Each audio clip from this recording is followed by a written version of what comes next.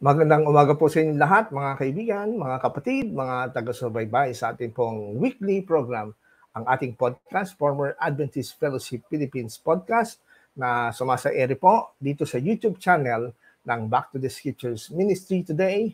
At ito po ay inyong mapapanood tuwing Sabado, alas 10 ng umaga hanggang alas 11 ng umaga. Ano po? At ito po ay isang ministeryo para po ating pong pag-aralang mabuti ang mga salita ng Panginoon, particularly po sa mga paniniwala na aming nagisnan na tatlong mga speaker dito. Walang iba kundi sila Pastor Dave, Pastor Palberan, kung saan kami po, ang aming background ay mga dating Adventist.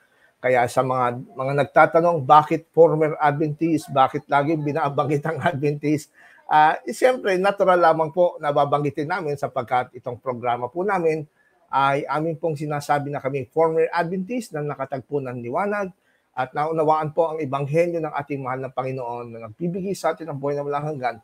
Ayaw namin maging selfish, gusto lamang namin pong i-share sa inyo. At kaya namin sinasabi kami former Adventist para po mas masasabi na alam namin ang aming sinasabi at alam namin ang aming ginagawa. Kasi mahirap naman na kami magdi-discuss ng mga doctrine ng Adventist at hindi naman kami galing sa Adventist. At isa pa, kami po ay mga hindi lang basta member ng Adventist, kami po ay nakaabot po sa mas malawak na karanasan at pag-aaral ng Adventist history, theology. Kaya po masasabi namin na kami po ay may karapatan na magsabi kung ano ang tama at mali. At siyempre, hindi po tayo nag-iisa. Kasama natin ang ating mga kasamang pastor na laging suki sa ating programa. Una ay kasama natin si Pastor Leonardo Palberan. Pastor, good morning po sa inyo.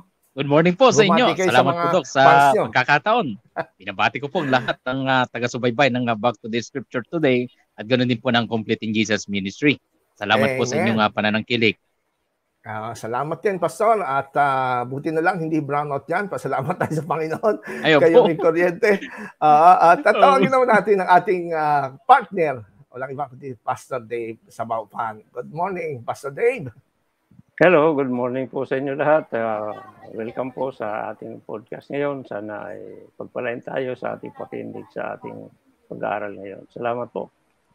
Ayan, isang pribilehiyo na makasama po namin kayo. At kung kayo po may mga tanong na gusto niyong tulungan namin kayo na sagutin, na as much as possible dapat related sa ating topic na tinatalakay. At ito po ay may kaugnayan po sa Adventism at walang kinalaman sa anumang paksa sa theology, ay amin pong malugod na i-entertainin ang inyong tanong. Lalo tatlo kami rito, 3 heads are better than 1. Ika nga, 3 heads are better than 1. At itong mga kasama natin, mga batikang pastor din ito. Pastor Dave, dating NPUM director at dating for 14 years naging pastor, district pastor ng Seventh-day Adventist. Nakuha ng masteral sa Ayas. Ganun din po yung sa ating Pastor Balderan. Siya po naman ay 17 years. At nakakuha din ng masteral. Ordained pastor silang dalawa. Kaya ngayon, ang ating pag-uusapan, isang napakagandang paksa. At ito naman po ay lagi natin sinasabi sa ating mga taga-subaybay na hindi po natin ginagawa ito para siraan lang ang pananampalataya. Hindi ho, wala pong pag-ibig doon. Mahal po namin ang Seventh-day Adventist people. Kaya nga kami gumagawa ng paraan, nag-aaksaya ng panahon para ma-share sa inyo yung mga katotohanan na dati ay hindi namin alam, mga dati kami Adventist. Ang ating paksa ngayon, mga kasama, ay why did Jesus break the Sabbath commandment? A response to Pastor Doug Batchelor, na isang kilalang evangelist ng Seventh-day Adventist. Ito po'y hango din sa video niya na pinamagatang, Did Jesus break the Sabbath commandment? Yan. Nilagyan lang natin ng why para tumugma naman sa ating pong sagot at pag-respond at pagkukorek doon sa mga sinabi niya. Kasi kung tayo yung mga Adventist pa noon, pag pakikinggan natin video ni Doug Batchelor, lahat tayong gagawin ko ni, yes, tama, amen. Pero ngayon tayo nakasumpong ng liwanag ng Ebanghelyo, iba na ang pakiramdam natin. Iba na ang pananaw natin. Di ba niyo napansin, Pastor? Pag ating pinapakinggan, parang wala nang dating sa atin, ba't hindi ito ang pinapangarap, hindi ito naunawaan natin. At dalangin namin na sana gano'n din po ang maging pananaw ninyo, mga tagapakinig. At gaya ng mga naipapadala ko sa inyo, mga response sa ating podcast chat, mga kasama, ay marami pong nag-respond ng positive, di ba? Sa ating mga ginagawang presentation. Hindi kagaya ng sinasabi ng iba, naku, walang makikinig sa inyo. Pero sabi ko nga, kung wala makikinig, ba't nandiyan ka? Di nakikinig ka rin.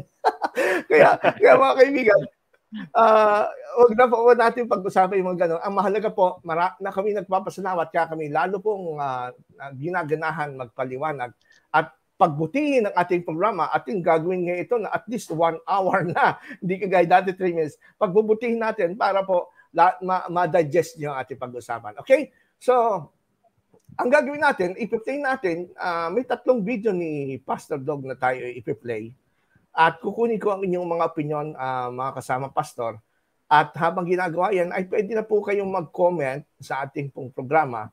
At pwede na po kayong magpabati at mamaya babatiin po namin kayo. At please, pakishare lang po doon sa ating mga viewers itong ating video na ating gagamitin ngayon. Okay? So, like before, ang ating ginagawa, i-play natin yung video bago tayo samugot. So, let's play the first part of the video kung ano yung point na sinasabi ni Doc Batchelor, bakit siya naniniwala na hindi sinira ni Kristo o hindi niya break ang Sabat. Ito po, mga kaibigan.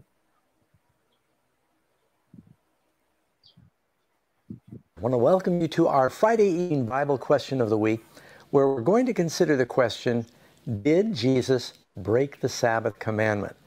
And this springs from a story you find in the Gospel of John chapter 9, where he healed a man who was blind on the Sabbath day. And the religious leaders then, in verse 16, John 9:16, therefore some of the Pharisees said, this man is not from God because he does not keep the Sabbath. And so they use that as an argument. They're actually using the argument of his enemies to say it isn't necessary to keep the Sabbath. Well, I don't believe that that's a very good argument. For one thing, sin is the transgression of the law. The Bible says Jesus committed no sin. You can read in the Gospel of John chapter 15, verse 10, Jesus said, I have kept my Father's commandments and abide in his love. So you can't go by the accusations of the Pharisees, or they also accused Jesus of being a glutton and a wine bibber.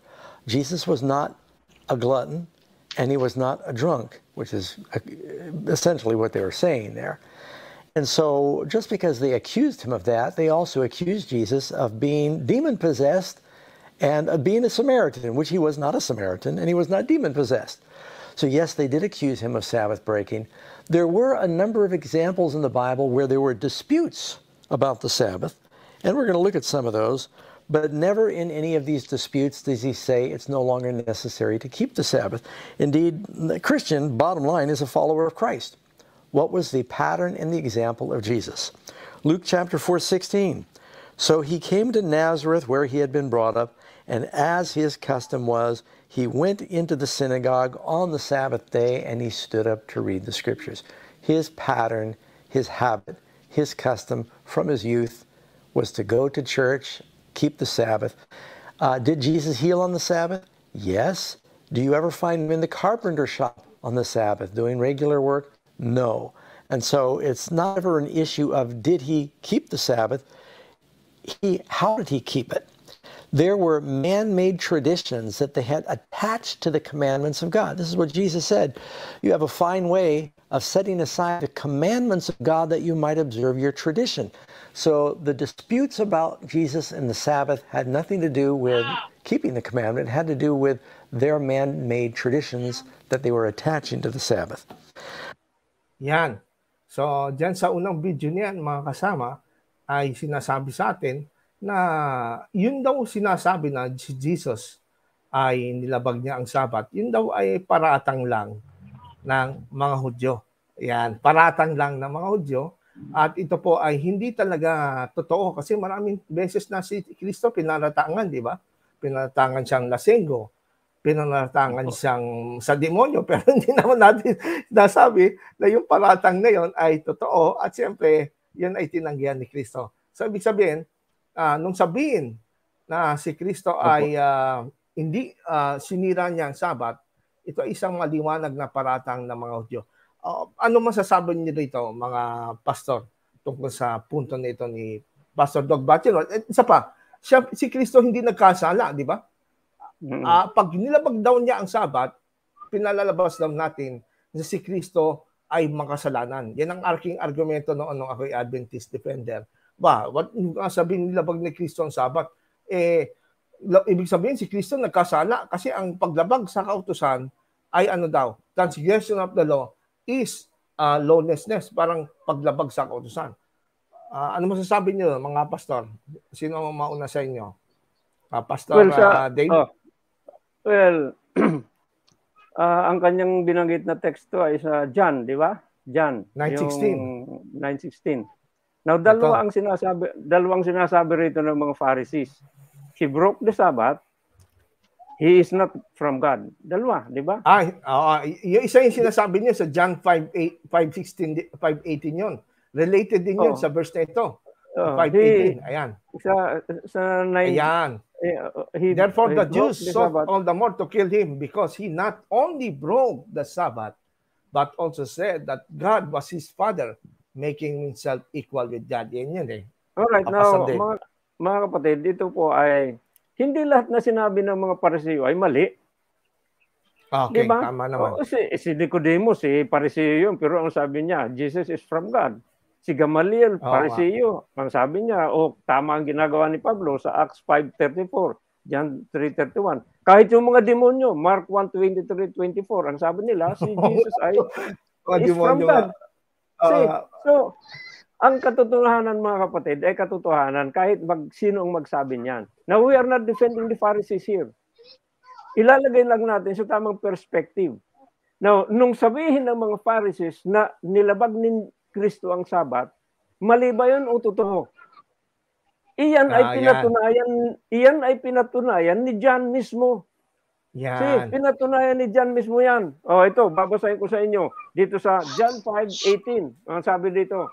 Ito pong John 5:18, ito ang conclusion ni John sa encounter. Si John ang sumunod yan. Yes. Ang John 5:18, ito ang conclusion ni John sa kanyang narrative about the confrontation of Jesus and the Jews. Okay. Tama. Ulitin ko. Itong John 5:18, conclusion ni John ito sa kanyang narrative about the confrontation of Jesus and the Jews. Ano ang sabi ni John?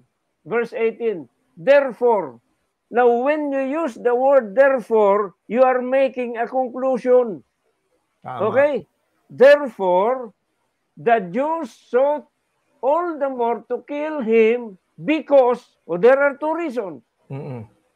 He not only broke the Sabbath, but also said that God was his father, making him equal with God. Now that is John's conclusion. So yung sinasabi ng mga Pharisees that Jesus broke the Sabbath, that was affirmed by John in John 5:18. Ang sabi ni John, therefore the Jews all the more sought to kill Jesus because, number one, he not only broke the Sabbath, but he also claimed to be the Son of God and therefore equal with God. So that is John's conclusion, mga kapatid. Mali yung sinasabi nila na ito ay salita ng mga Hudyo. That is not correct. Read the narrative. Basahin niyo ang narrative sapagkat iyan ang sinasabi ni John. Si John ang nagsabi mismo na si Kristo ay brinake niya ang Sabbath. Now, yung pronouncement naman ni Joe Batchelor na sin is the transgression of the law, tama yun, kalahati lang. He did not say the whole picture. Para siyang yung ehemplo ng mga Sunnis Muslim, yung mga bulag na humawak sa alipante. Alam na natin yun. Now, he did not look at the other side of the coin. Ang sabi niya, sin is the transgression of the law. Now, tama yun, but kulang. Sapagkat ang sabi sa Romans 2:12, there are sins that are not violation of the law. basahin nga po ba natin. Let's read Romans 2:12. Yes, Romans 2:12. For as many as have sinned without the law will also perish without the law. And as many as have sinned with the law will be judged by the law. Nakita nyo na. So in other words, kahit walang batas, pwedeng magkasala ang tao. So that definition of do bachelor, kulang yun mga kapatid. Dapat kumplituhin natin. Now, to give you an example. Tama. Ang sabi sa James 4:17, ang sino man na nakakaalam ng mabuti at hindi niya gawin ito, ito ay kasalanan. Now tell me, do bachelor, where is that in the Ten Commandments? Where is that found in the law? Tingnan nyo, saan ba makikita yun sa batas? Wala sa batas yan. Pero ang sinasabi, 4:17, basahin natin para maliwanag sa inyo. Therefore, to him who knows to do good and does not do it, to him it is a sin. See, where is that in the law? Where is that in the Ten Commandments? And that parang lumalabas sa Pastor Dave, napansin ko lang nung tayong mga Adventist, pagka dinefine natin ang sin, parang ang sin limitado lang sa definition na transgression of the law. Correct. Yes. Parang ang sabi ni John, sin is lawlessness. In other words, if you transgress what God said, even if it is not a law, you commit a sin. Katulad nito sa James. Ang sino mang marunong gumawa ng mabuti at hindi niya ginawa ito, kasalanan yun. Remember the Levites and the priests, nakita nila yung nag-iingalong ginulpi ng mga pirata, ng mga tulisan. Anong ginawa nila? Yes, hindi nila tinulungan. Nagkasala ba sila? Hindi. Yung mga pare na dumaan, nagkasala ba sila? Hindi. Why? Because hindi naman silang bubugbog. Yes, it is not in the law. Now, the problem with do bachelor and the Seventh Adventists, they want to confine sin dun sa Ten Commandments. Bakit? Because the Ten Commandment is very limited. Imagine that is only 10. Whereas the law of Christ, innumerable. Basahin nyo ang diyan sa New Testament. Marami yan. Kahit yung conceited imagination lang. Nagkasala ka na. Where is that in the law? Mga kapatid, so that is not true yung sinasabi ni do bachelor na sin is the transgression of the law. That is only half of the coin.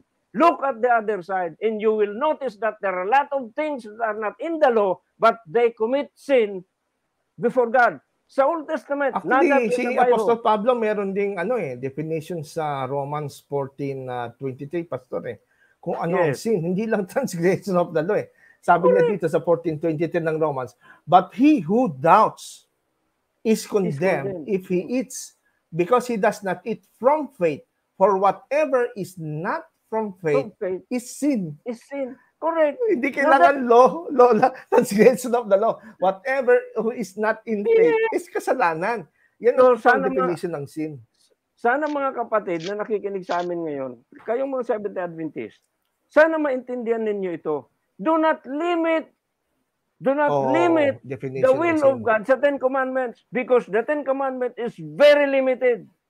Conceited imagination, you cannot find it there. Itong nasa Romans 20, itong binasa, whatever is not of faith is sin. Tingnan nyo yan sa Ten Commandments kung nandyan. Now, the problem with you is...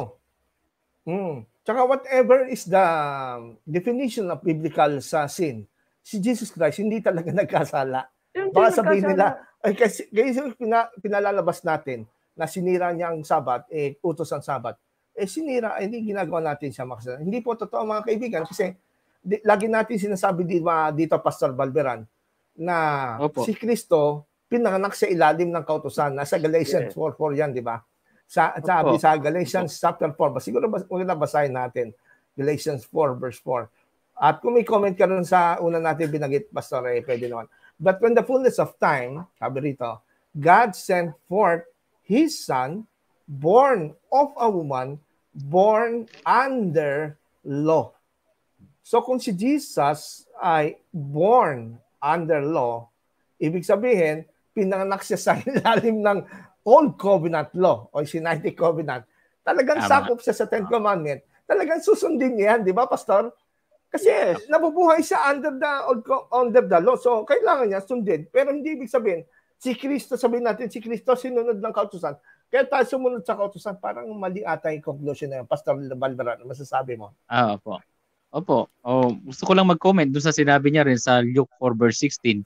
in-example din ni Dog doon, yung pagpuntay ka ng Panginoon Hesus sa sinagoga sa araw ay kanang Sabat. Yan, sabi nga dito sa itong problema niya sa Lucas 4 versikulo 28 hanggang 29, matapos na nasa sinagoga na siya sa araw ng Sabat.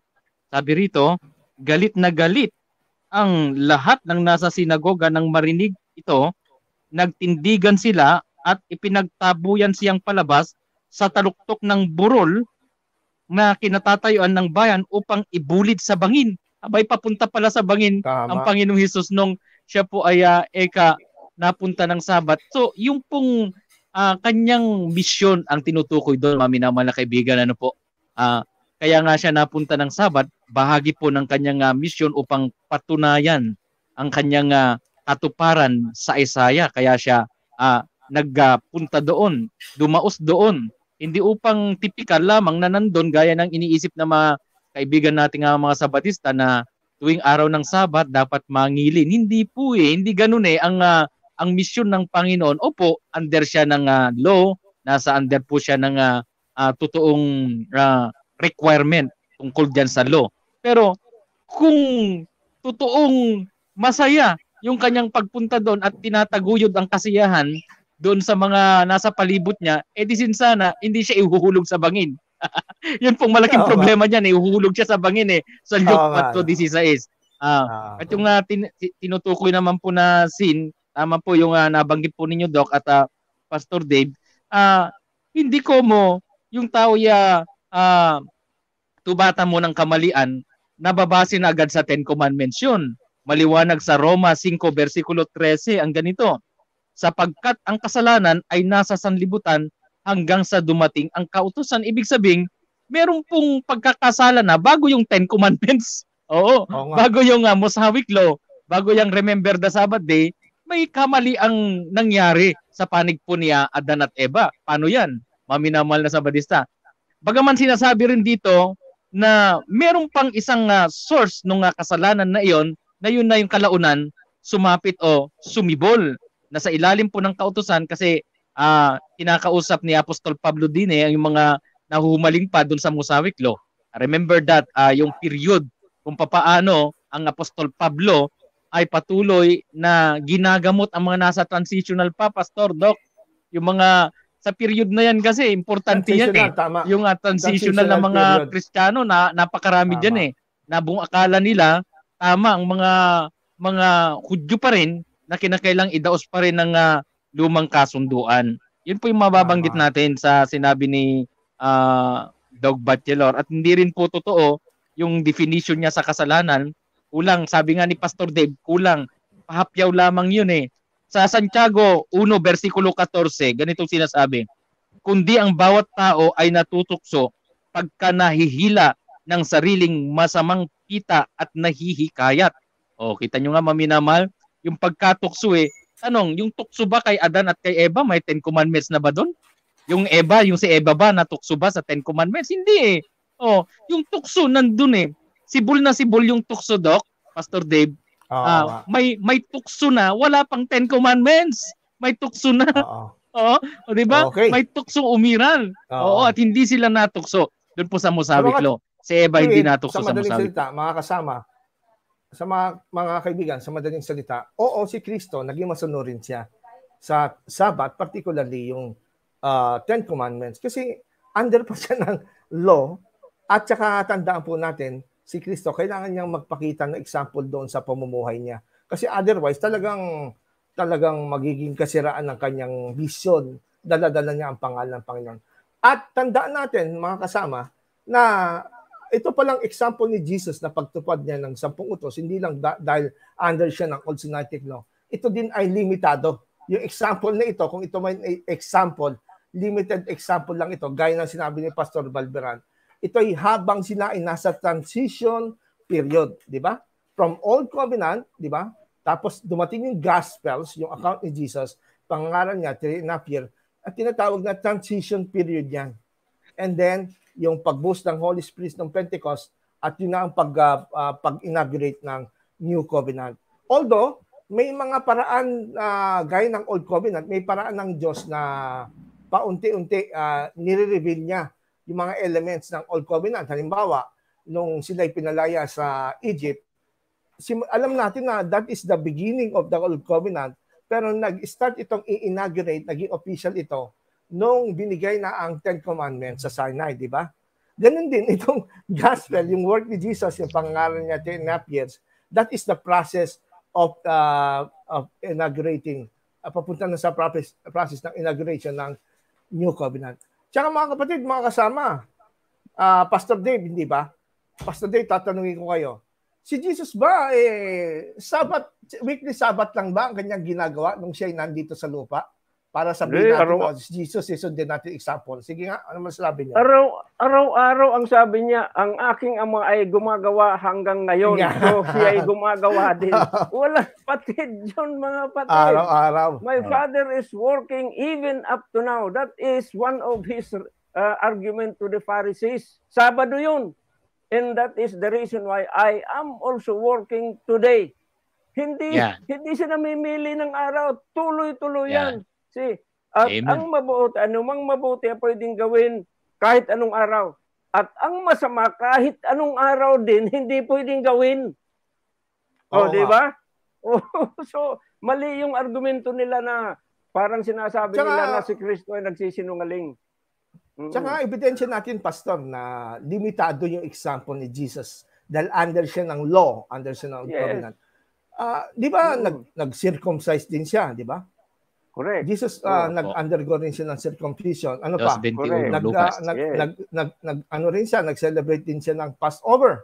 Yes. Di ba? Nag-celebrate siya ng Passover. Ano pa? Kung titignan mo yung pananabit niya sa Mateo 19:20, siya ay yung kanyang suot palaging merong tassels. Yung tassels, yung nasa laylayan na parang nakasabit na bilog na kulay blue. Yan palatandaan na sila ay they have to remember the commandments of God. Tassels ang tawag doon, sinusuot ng mga Hudyo noon, kahit ngayon.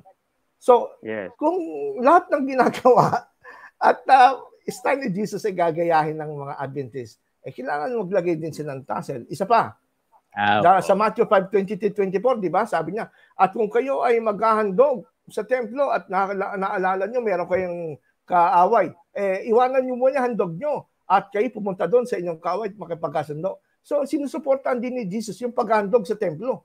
Yes. Bakit kaya ang nagsasabi na sundin ang halimbawa ni Kristo? Sabat lang ang sinusunod. Samantala, ang dami nilang ginagawa si Kristo na hindi na sinusunod. Di ba, Pastor Dave? Kaya nga, ang problema dyan, Doc Ronald, ganito. Ang sabi ni Do Batsilor, custom yun ni Jesus, dapat sundin natin. Bakit isang custom lang ay sinusunod nyo? Passover, yung pag-circumcise, yung taon-taon pumupunta sa templo. As a matter of fact, sa Matthew 8:4, yung pinagaling niya, inutusan niyang pumunta doon sa pare, parang kumuha ng clearance na magaling na siya. Now, these are all customs of the Jews. Ba't kaya may clearance pa? Pinapunta niya kay di ba, sa pare, sa pare, para siya ay ma-adapt ulit sa community nila, dapat i-clear muna siya. Of course, sa atin ngayon, pag nagpa-clear ka ng COVID, sa doktor ka pupunta. But it was their custom before. Now, ang puntos dyan, Pastor Balberan, kung talagang sinususundin ninyo dyan sa premise niyan, because it was Jesus' custom, therefore we must also follow it. Lahat na custom ni Jesus, sundin ninyo, mga kapatid. Para talagang tunay ang sinasabi ninyo. Bakit kulang? Now, yung sa Luke 4:16, yung Luke 4:16 na yon, nung pumunta siya sa ginagoga upang i-declare niya ang fulfillment ng Isaiah about the year of Jubilee. Now, he is the fulfillment of that Jubilee. Ang sabi niya, ang sabi ni Christ, today, this scripture is fulfilled before your hearing. Yun ang sabi niya. So when he went to Nazareth, his purpose was to declare to them that he is now fulfilling the year of Jubilee. That is the Sabbath of the Jews that is being celebrated every 50 years. Kaya nung marinig ng mga Pariseo, ito palang taong ito hindi pumarito para tayo ay samahan sa ating pag-aaral, kundi sabihin na siya ang Sabat. Now, Jesus is fulfilling the Jubilee, meaning Jesus now is assuming the role of the Jubilee. Now remember mga kapatid, Sabbaths are all made for Christ, including the Jubilee. And that's why in Luke 4:16, He is now fulfilling it. See, nung i-fulfill niya yun, nagalit yung mga Pariseo. Kaya anong sabi ni Pastor Barberan? Itinatapon siya sa bangin. You see? Yeah. Ano ba, ganyan. Siguro magandang liwanagin natin sa ating mga viewers. Ano pa itong Jubilee na to? Nasa Old Testament yan. Magbigay kayo ng konting explanation. Ano ba itong Jubilee na tinatawag nito? Na siyang ginagawa ni Kristo sa kanyang ministeryo. Correct. Ang Year of Jubilee, mga kapatid, that is liberation. Liberation from debt. Kung ikaw ay may utang ka, pagdating ng Jubilee, dapat ipatawad mo na yung lahat utang mo.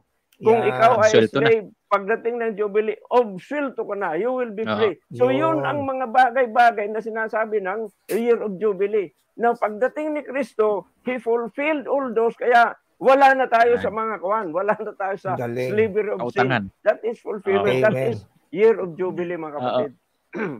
Pastor Balberan, anong dadagdag? Maliwanag din doon sa Matthew 5:18, doon sa nabanggit kanina, nabanggit na rin.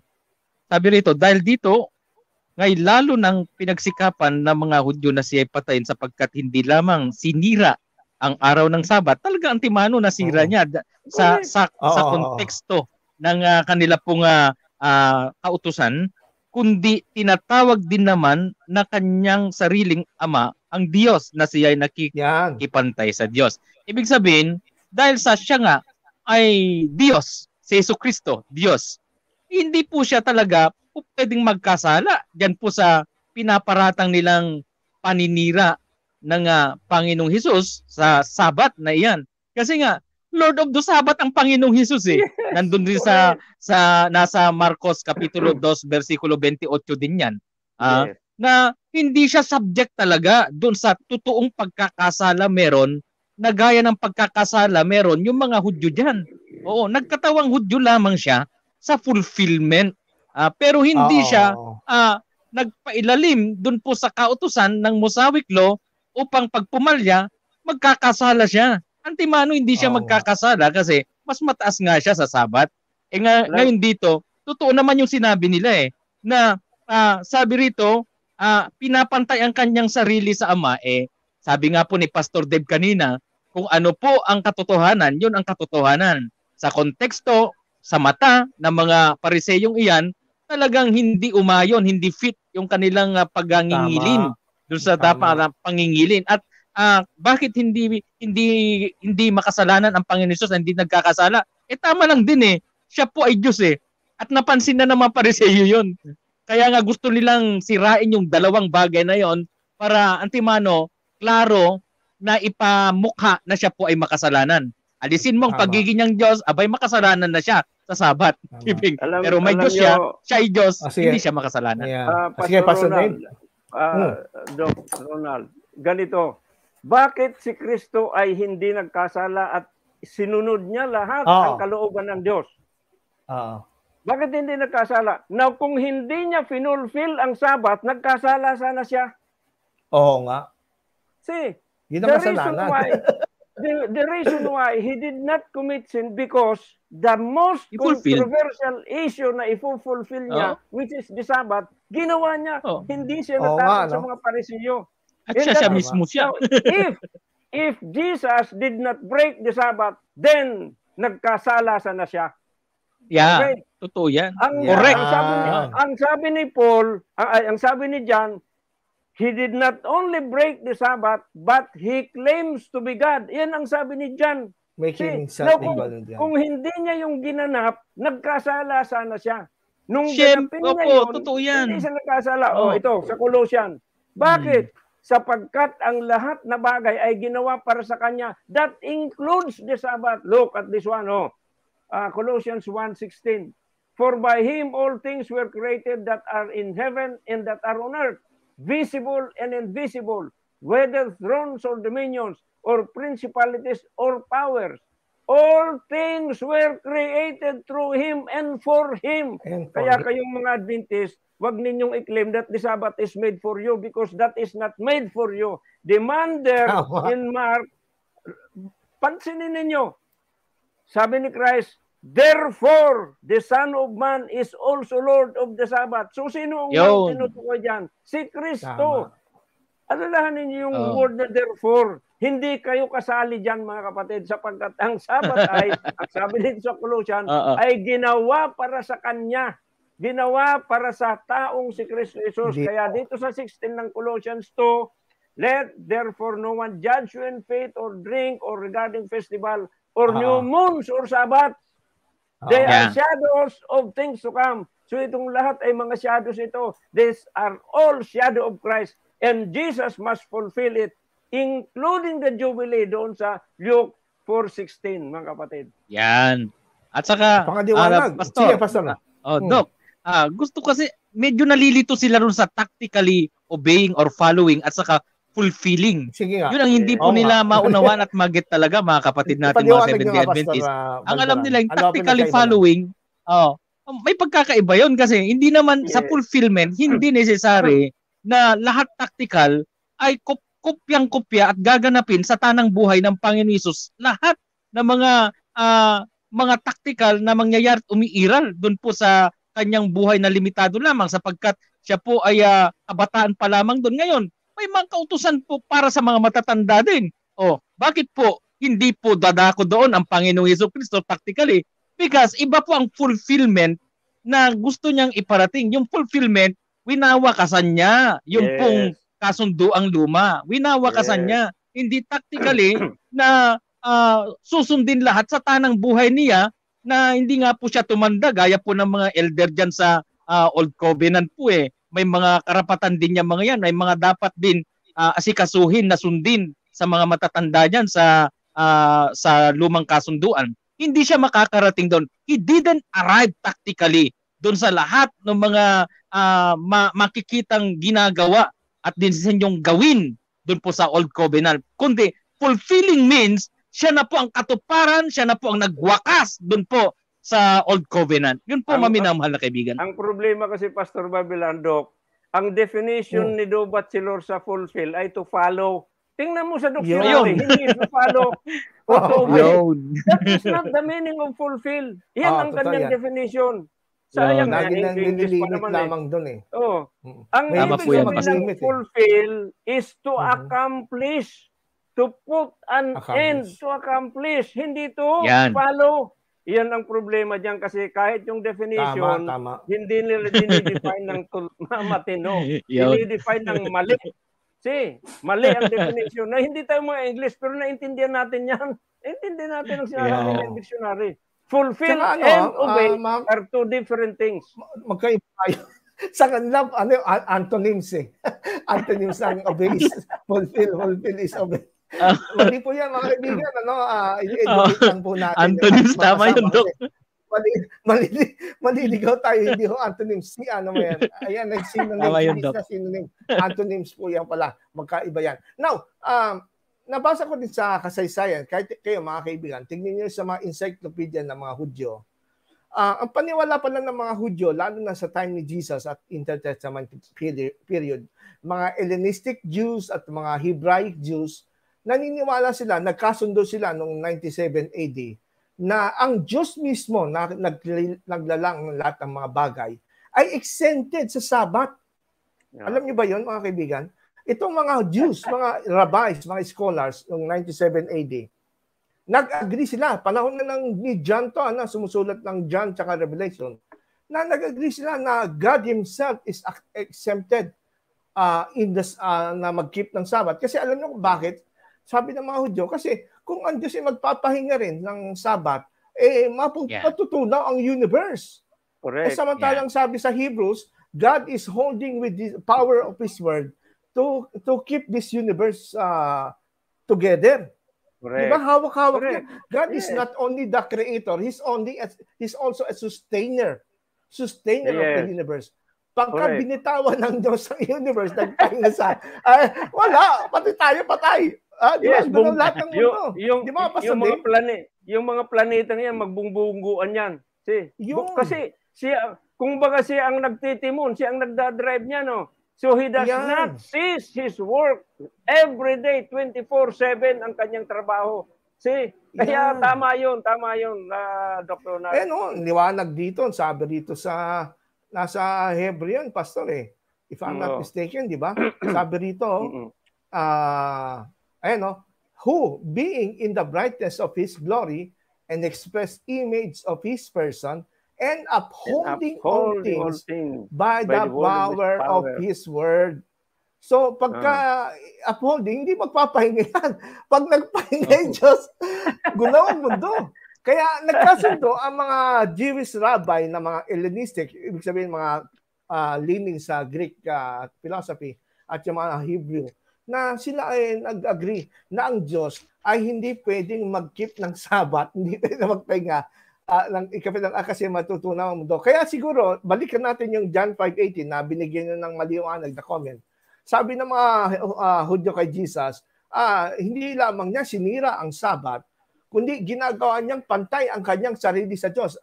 Anong ibig sabihin nito? Ngayon ko lang naunawaan, kaya pala inugnay nila yung pag-break na sa Sabat sa pakikipantay ni Jesus sa Diyos. Kasi alam ng mga Hudyo, Diyos lang ang pwedeng exempted sa Sabat. Yan. Pwede siya magtrabaho. Tama yan.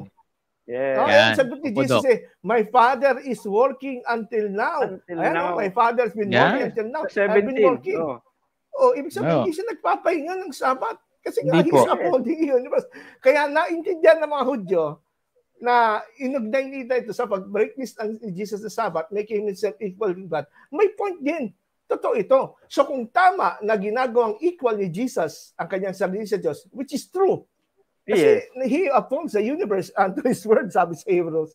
Totoo rin na He broke the Sabbath. Hindi pwedeng mali yung broke the Sabbath, ang tama lang making Him equal with God. Ano sabi niyo rito, Pastor Dave, ba? Tama ba yun? Namimili. Kung ano ang pagod sa kanila, yung pipikapin. Cherry picking Yung hindi pagod sa kanila, ayaw nila. So mga kapatid, basahin ninyo ng mabuti itong chapter 5 na ito. Kasi ito ay confrontation ito ng mga Hudyo sa si Christ. Inire-relate lang ni John. Pagdating sa 18, si John ang gumawa ng konklusyon. Hindi ito salita ng mga Hudyo. Si John ang nagsasabi nito. Therefore, the Jews sought all the more to kill Jesus because he not only broke the Sabbath, but also said that God was his Father, making himself equal with God. That is the conclusion of John doon sa confrontation nila. Nung ako'y debater ng Adventist, pinagtatanggol ko pa Adventist, ang sagot ko dyan, ang nilabag ni Kristo, gaya ng sinabi ni Dog Batidor sa video, ang nilabag ni Kristo, yung mga traditional, mga halakik, kung tawagin, halakik, mga additional details of the law na dinagdag ng mga Hudyo, yun daw ang binigay ni Jesus, hindi yung Old Testament Sabbath. Pero kung titignan natin sa conclusion ni John, hindi naman sinabi rito na he not only broke the Jewish or halakhic Sabbath, hindi naman halakhic Sabbath Ang conclusion ni John, si John alam ni John, yung pagkakaiba ng halakhic, yung mga additional details ng pagkeep ng Sabbath ng mga Hudyo, ginawa lang nila, man-made. At nung Old Testament Sabbath, di ba alam ni John yan Pero bakit ang ginamit ni John? He broke the Sabbath. Hindi na sinabi he broke the interpretation of the Jew. Napansin niyo ba yung point na dito, mga kasama? So kung tama na si Jesus Christ ay equal with God at mga Adventists naniniwala equal with God. So tama rin na he broke the Sabbath.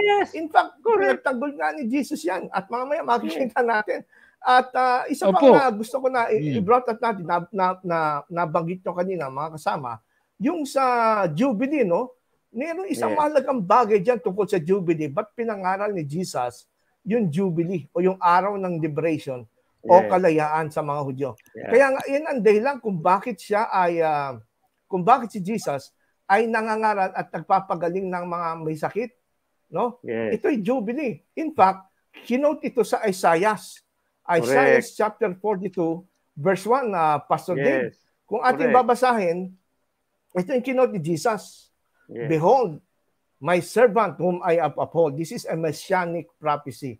Pag sinabing messianic prophecy, ay katuparan, messianic hula tungkol kay Jesus sa mga gagawin niya. Behold, my servant whom I uphold, my elect one. My elect one is none other than the Son of God, si Jesus Christ. My elect one whom I so delight. I have put my spirit upon him. Ito yung binasa ni Jesus. And I will bring forth justice to the Gentiles. Remember, ang kanyang misyon, hindi lang sa mga Hudyo, hindi sa mga Israel. Ang kanyang misyon sa mga Gentiles. He will bring forth justice to the Gentiles. Ito pa, he will not cry out, raise his voice, nor cause his voice to be heard in the street. A bruised reed he will not break. Tapos ito maganda. Ang sabi rito, a smoking flax he will not quench. A smoking flax, and he will bring forth justice for the truth. Napakaliwanag ng paliwanag ng Jesus. At sa verse 6, ito maganda. Itong maliwanag na tingin ko dapat nabigyan pansin ng mga kapatid natin sa Adventist. Ito Pastor Debo sa verse 6. The Lord, the Lord, have called you righteousness, Jesus to, and will hold your hand. I will keep you and give you as a covenant to the people. The people. O ano sabihin niya, Pastor Dave? I will give you as a covenant to the people, as a light to the Gentiles. Ito pa rin ba yung old covenant na sinasabi na nandun rin yung Ten Commandments? Hindi na ito old covenant. Wala. Dahil ang tinutawag dito na covenant, si Jesus na. Yes, new covenant na ito mga kapatid. Tama yun, Doc. Kasi sa Old Testament, ang covenant, Deuteronomy 4:13, is the Ten Commandments. So synonymously used. The Ten Commandments and the covenant are one and the same. Ang sabi dito sa Isaiah, gagawin kitang covenant sa tao. Yun. At bakit hindi ito yung Old Testament covenant? Because it now includes the Gentiles. Yun. Diba? Napakaliwanag niyan eh. Para sa lahat na ito. So si Kristo na ang covenant natin ngayon sa New Testament, and that is the reason why New Covenant, New Testament.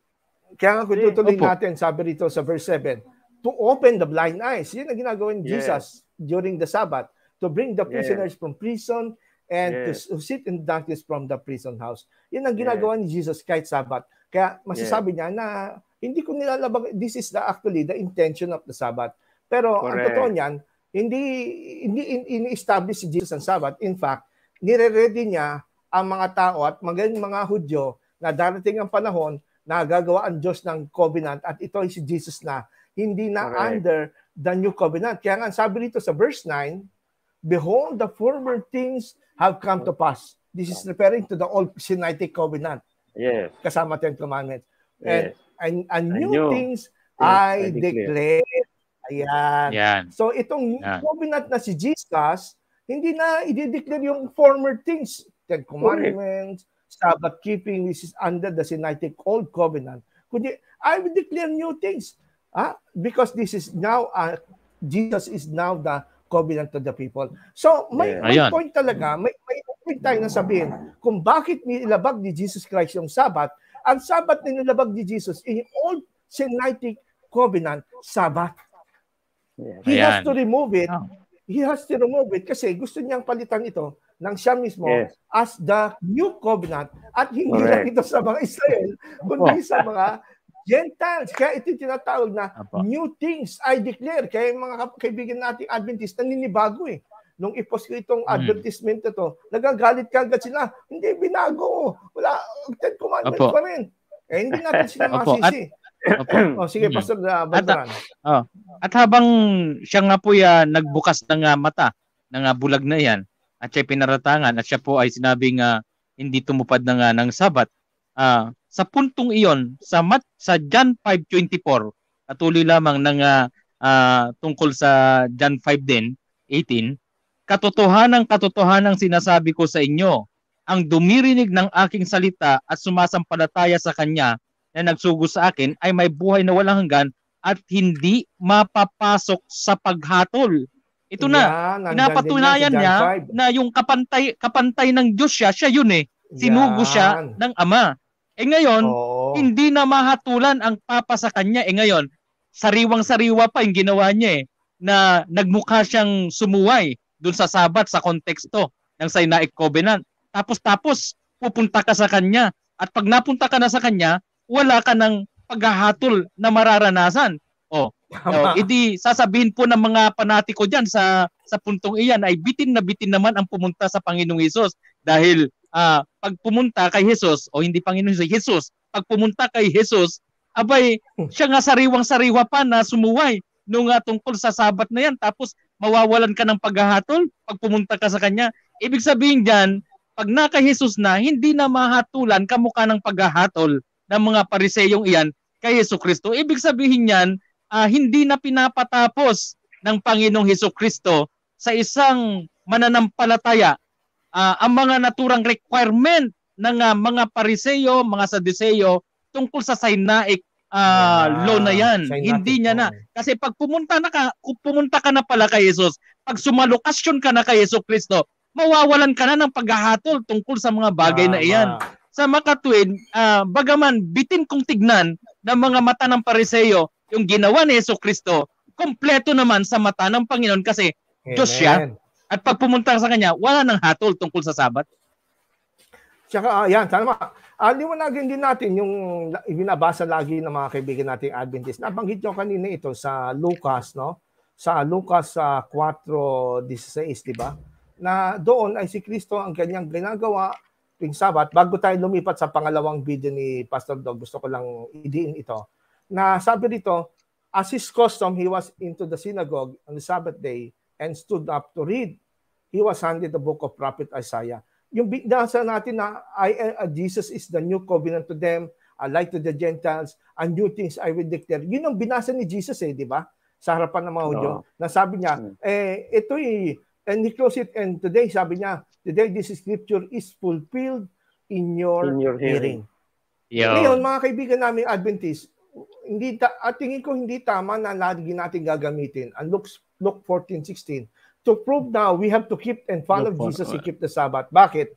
Si Jesus, pagka pumupunta siya sa araw ng Sabbath dito sa account ng 4 Gospels, mapapansin niyo mga kasama, laging siya nagtuturo. Hindi siya uma-attend, pumapasok na sinagoga para lang makinig sa mga tagapagturo. Dito lahat ng mga Adventist ngayon, pumupunta sa simbahan, nakikinig lang. Pero si Jesus, ting pupunta siya sa sinagoga, laging sinasabi siya nagtuturo. Anong purpose? Hindi lang ba siya nagsisimba? Ang purpose niya, nagtuturo kasi gusto niya ituro sa mga Hudyo na ang Jubilee ministry ni Jesus ay isa na ang papalit dito sa Old Covenant. He is the covenant. Yun ang piniprepare niya ni pangaral. Kaya kung sasabihin ng mga kaibigan natin Adventist, kayo dapat sundin niyo si Kristo sa 4:16, sabi ni Bachelor. Dapat sundin niyo rin sa sinagoga kayo magsimba tuwing Sabado. Kasi ang sinagoga, sabi ni Bachelor, is a church. No, it is not a Christian church. Ang sinagoga is a Jewish church. Simbahan ng mga Hudyo yan. Kaya nga binasa ni Pastor Valveran kanina, si Kristo ay tinapon sa bangin.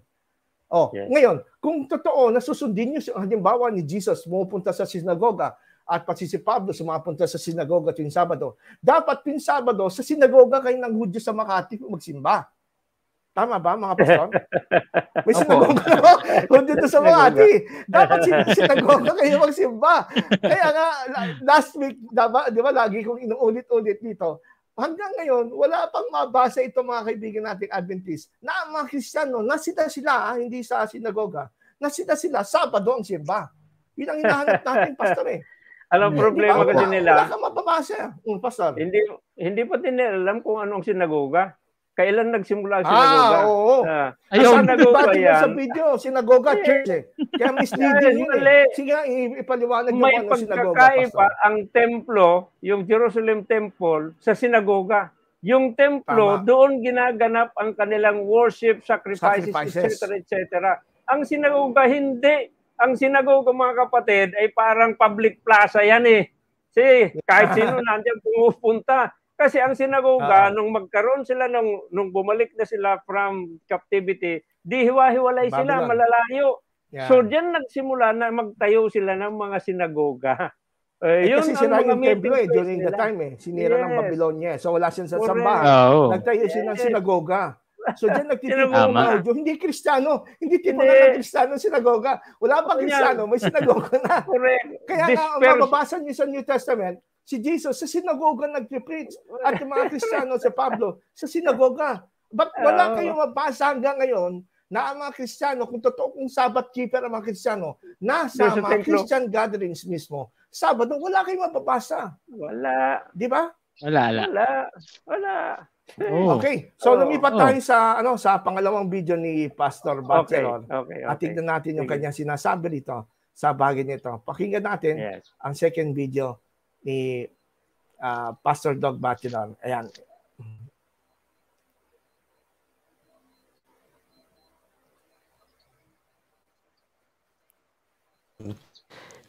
He casts out devils on the Sabbath.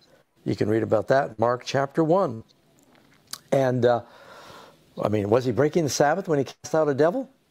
Obviously not. That's setting a person free from the enemy.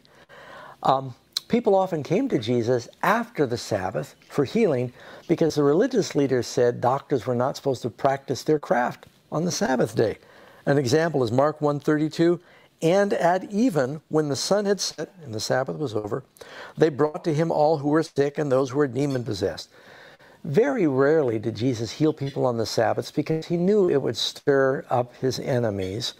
Every time he did heal somebody, it wasn't orchestrated or prepared. Someone showed up who was clearly suffering, and his heart was moved, and he helped them. And he gave some examples that this is... this is what you do if the ox falls in the ditch or your sheep falls in the ditch on the Sabbath day. You help them out. All right, you've got Mark chapter 12, verse 1. He said that he's going through the grain fields on the Sabbath day. He's teaching the disciples. They got hungry. And it says they reached out and they plucked off some of the heads of grain. They'd rub it in their hands, blow away the chaff. It was obviously ripe. They'd toss the kernels in their mouth. They were just hungry. And so even it's like eating sunflower seeds. You don't get much. But then some of the Pharisees were watching and they said, your disciples are not keeping the Sabbath. You are teaching them to break the Sabbath. And Jesus answered by telling them, have you not read, this is again Matthew chapter 12, verse 3, have you not read what David did when he was hungry and those who were with him, how they entered into the house of God and they ate the shewbread that was not lawful to eat except for those who were with him, but only for the priests? Have you not read in the law that on the Sabbath the priests in the temple profane the Sabbath and are blameless? Meaning, on the Sabbath day, the priests would serve, they had to sacrifice lambs, which can be a little work intensive. But it was part of what they did to make worship for everyone else possible. Now keep in mind, this is part of Old Testament Sabbath keeping. Jesus said there's a principle that sometimes you have to do things even on the Sabbath day. In the temple, they had Sabbath guards for security. On the Sabbath day, they had to bring in wood to keep the altar burning, and they brought in water for the laver so that they could wash. Yan. Maganda tong point na binot up ni Pastor Dog sa kanyang video. Binot up niya dito yung tungkol dun sa issue ng Sabbath breaking dun sa book ng Matthew. Di ba? Yes. Yung sa Matthew na kung saan sinasabi na at the time Jesus went to the grain fields on the Sabbath, and his disciples were hungry and began to pluck heads of grains and to eat.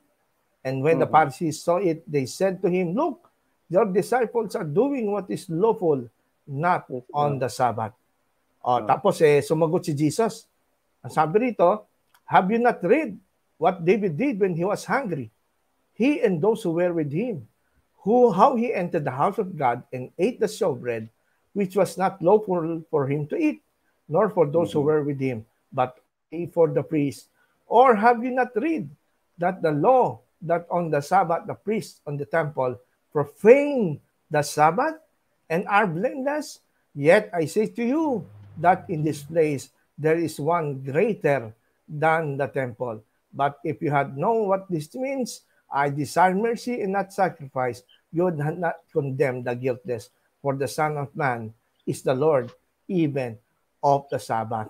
Dito sa binanggit ni Pastor Dog, dito sinasabi niya, hindi daw nilabag ni Jesus yung Sabbath kasi ginagawa lang niya yung tama at kung minsan daw ay pwede naman daw gawin itong kagaya ng ginawa ni David. Kinain niya yung showbread nasa temple. Nagugutom siya na ang tanging kumakain doon ay mga priest. So ano masasabi niyo rito? Kasama. May malaking problema. May malaking problema diyan si Dobat Silor. Kasi pag binasa mo ang narrative na yan, Jesus is making a parallelism between the temple ordinance and the Sabbath. Yan. Alam mo, minsan na nakukuha akong makinig sa mga ganyan kasi that is hayagang panglilin lang. English speaking ka, educated ka sa English. Hindi mo ba napunayan that he is making parallelism between the temple and the Sabbath? Now, what is the temple? What is the shewbread? That is part of the ceremonial law. See? Yes. So, it can be violated by the priest. In like manner, di ba? Parallelism. In like manner, my disciples can also violate it because they are hungry. Now you say, mga kapatid, simple case as hunger, inallow ni Christ na i-violate ang Sabbath. Simple case as hunger. Now, Jesus will not do, tatanungin natin si Do Bachelor, if that involves moral issue, will Jesus allow his disciples to do it? For example, because they are hungry, will Jesus allow them to commit adultery? Which is moral? See, he is making a parallelism between the temple, shewbread, and the Sabbath. Parallel, mga kapatid. Kaya ang sabi sa verse 5, or have you not read in the law that on the Sabbath, the priest in the temple profane the Sabbath and are blameless. Ano po sa Tagalog ang profane, mga kapatid? Mas matindi ito sa pagpapastangan. See, ito ang Tagalog. Mas matindi. Niwawalang galang. You can just imagine that. Winawalang galang. Basahin nyo sa Tagalog. Doon sa kanilang Good News Bible na Tagalog Seventh Adventist. Ang nakalagay doon, niwawalang galang ng mga pari. So, in like manner, if you are going to paraphrase what Jesus is saying, in like manner, my disciple, pwede rin nilang i-profane yan at blameless din sila. You see the parallel? Mga kapatid, nakita niyo yung parallel? Inilagay ni Kristo ang Sabado sa level ng ceremonial law. Tama. So therefore, if the ceremonial law na sinasabi ng mga Sabadistang ay wala na, eh bakit natin yung Sabat? Na samantalang sabi ni Kristo ay they are just level. See, they are just level. Now, as a matter of fact, mga kapatid, yung circumcision, it is a ceremonial law. It takes precedence over the Sabbath. Tama. Kaya pag may conflict, yung circumcision saka yung Sabbath, di ba? Pagka ang bata basahin natin yan dito pastor sa John 7. Yeah. 7:22. Yes. Na mas mataas yung mas sinunod yung circumcision kaysa Sabbath. Ayan. Correct. John 7:22. Ayan, nasa screen. Moses therefore gave you circumcision, but not it was Moses, but from God, from the fathers, and you circumcise a man on the Sabbath. Now, if a man receives circumcision on the Sabbath so that the law of Moses should not be broken, are you angry with me because I made man complete will on the Sabbath? So, pag mayroong conflict, pagka ang isang bata ay inabot ng pang 8 days na Sabado, sineset aside niya ang Sabbath sapagkat mas mahalaga ang circumcision kisa sa Sabbath. Now, if so ang Sabbath hindi moral law. Hindi moral law ang Sabbath. Hindi moral law. Kasi pwede i-set aside eh. Correct. Ritual law siya para kay Kristo. Correct. If circumcision, which is more important to Christ than the Sabbath, inalis na, mas lalo yung Sabbath na hindi masyadong importante. Makikita nyo dyan mga kapatid, ang problemang malaki. Because Jesus is making parallelism between the temple, ordinance, laws, and the Sabbath. They are on equal footing in so far as Christ is concerned. And that is the reason why ang sabi ni Christ, sabi niya, the priest profane the Sabbath and they are sinless. In like manner, my disciples are profaning the Sabbath and they are also sinless. Yan ang sinasabi ni Christ. Nakita nyo na? Nakita nyo na ang parallelism, mga kapatid. Tama. Yan ang incident blameless na yan. Pa rin. Okay, Pastor blameless Baltaran? Yes. Tama yun. Tamang-tama. Accurate na accurate yung sinabi ni Pastor Dave. At sa parallelism na yan, yan na rin, yan ang magaling kay Hesus Kristo eh. Bilang isang nagkatawang tao, at the same time, pinufulfill niya pine-present niya ang fulfillment ng naturang Old Covenant, and at the same time ay ini-introduce niya naman ang New Covenant. Yun ang maganda sa Panginoon Jesucristo. Habang finufulfill niya, ini-introduce niya naman ang New Covenant. Tama. Sa point na ito, in-introduce niya ang New Covenant din. Sabi niya rito sa verse 6, sinasabi ko sa inyo, naririto ang isang higit na dakila kaysa templo. So dito sa point na ito, sa Matthew 12 verse 6, sinasabi niya na mas may dakila kaysa templo. Sabi niyan, yet I say to you that in this place there is one greater than the temple. Sa point na yan, sinasabi niya na merong mas bago, mas mananangkilik kayo sa mas greater diyan sa temple na iyan. At ano yan, maminaman na kaibigan? Than the temple? Oo. Sinabi niya na rin dito sa verse 7, hindi, sabi po rito, hindi sana ninyo hinatulan ang mga walang salak kung alam ninyo ang kahulugan ng mga salitang ito. Ano yon? Habag ang ibig ko, hindi hain. Sapagkat ang araw ng Sabat ay nasa ilalim ng kapangyarihan ng tao. Yung pong New Covenant pala ay, yung pong Sabat ay iibabawan na ngayon ng Panginoong Jesus. Hindi na po ito e-epekto. Pag ikaw ay naka-Jesus na, kasi ang e-epekto rito, habag. Oo. Habag na ang epekto, Doc. Oo, hindi na pala yung dati na meron pong iba pang mga tactical na ginagawa. So maliwanag dito na meron po siyang ini-introduce na New Covenant. At siya mismo, yung kanyang habag at yung kanya pong itinuturo na nasa ilalim niya na lang ang Sabat. Pag naka-Jesus ka, hindi ka rin under dun sa Sabat na iyon na kung saan merong mga taktikalidad ito pag ikaw ay naka-Jesu Kristo. Pag ikaw ay nasa New Covenant. Of course, hindi pa masyadong naunawaan yan ng mga tao dyan, nasa transitional. Sabi nga, pati mga disipulo, nasa transitional. Pero he was now starting to introduce with them the New Covenant. Merong bago mas may higit kaysa templo. Now, it metaphorically refers also yung pagiging hari ni David, yung pagiging pari, o mga pari na nandyan na hindi nagkakasala. Because but si Jesus Christ ay king and at the same time priest. Siya po, minamahal na kaibigan, ang pinakamataas na saserdote at siya rin po ang hari, Lord of Lords.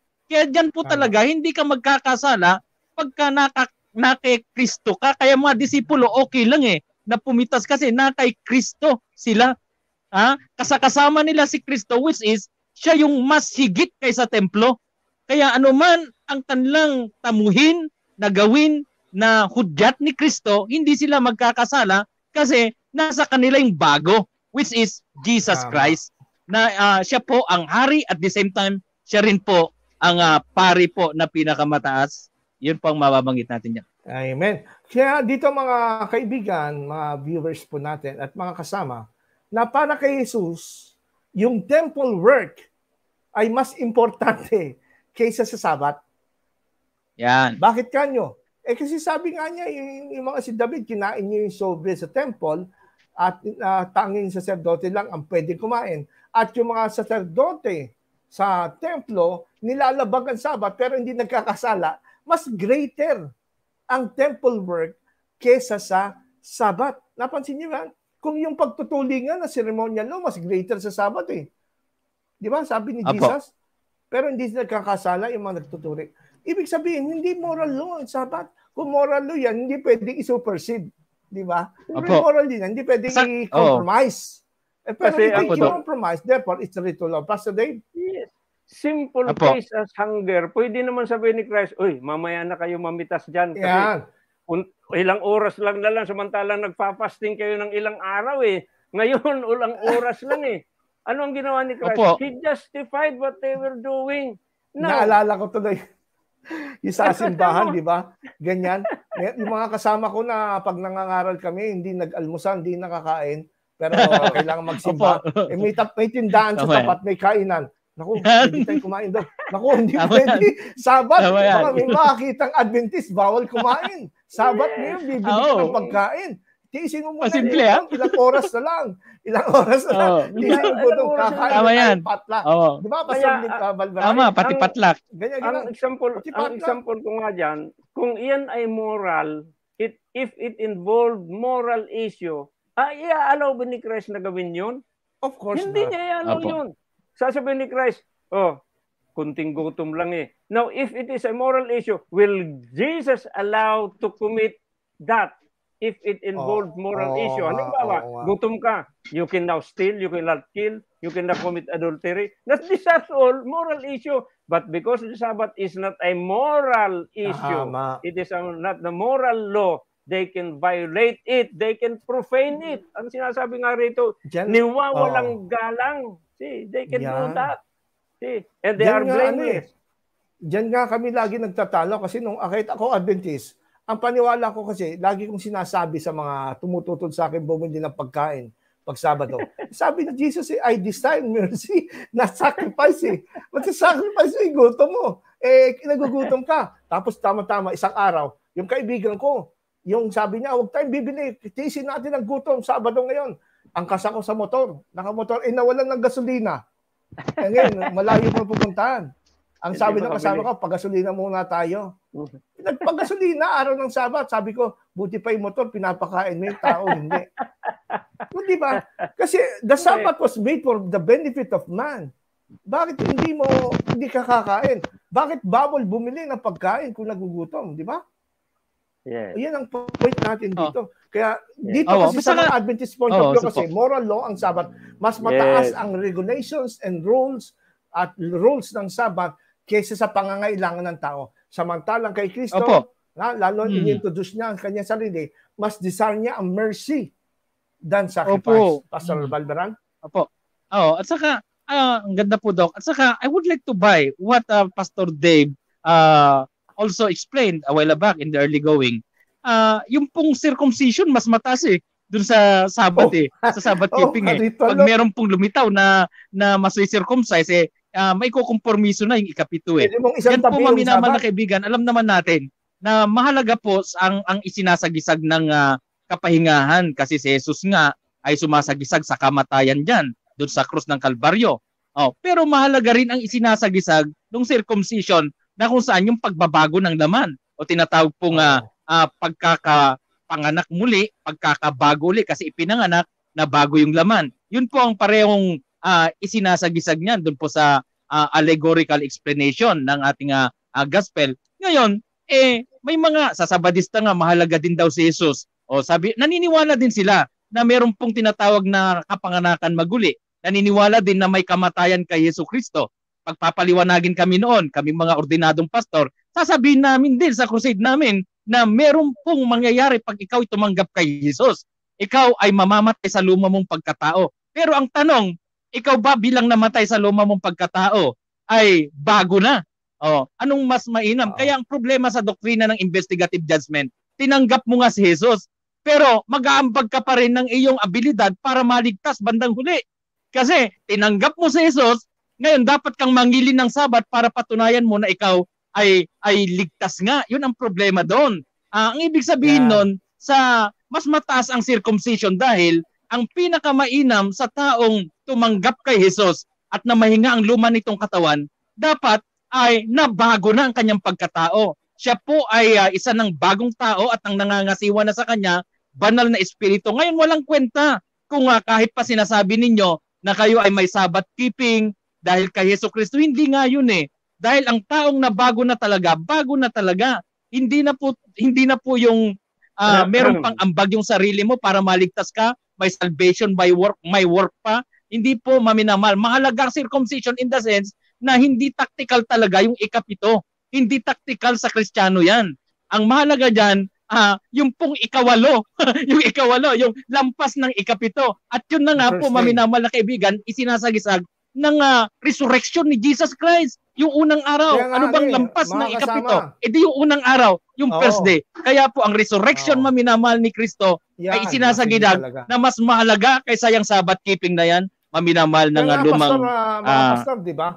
Pero yung pagtutuli, pwedeng iset aside yung Sabbath sa Ten Commandments. Yes. So, nagpapakita lang, hindi moral law ang treatment ni Jesus sa Ten Commandments. Hindi po. Tsaka isa pa, mga kaibigan. Hindi. Dito natin makikita na yung distinction ng mga ginagawa ng mga Seventh-day Adventists between moral law and ceremonial law which is not in the Bible, dito masisira yung distinction nila between moral law and ceremonial law. Bakit kamo?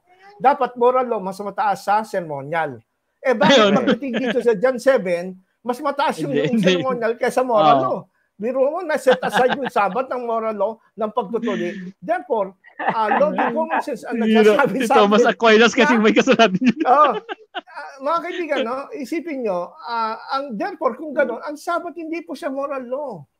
Siya yung ceremonial law na napasama sa Ten Commandments. Kaya nga pagdating sa pagpipiliin mo kung pagpatuli ka ng ikapitong araw na Sabado o hindi, piliin mo yung pagpapatuli. Pwede mo isa-set yung Sabbath. Kasi moral law, ceremonial law lang yan.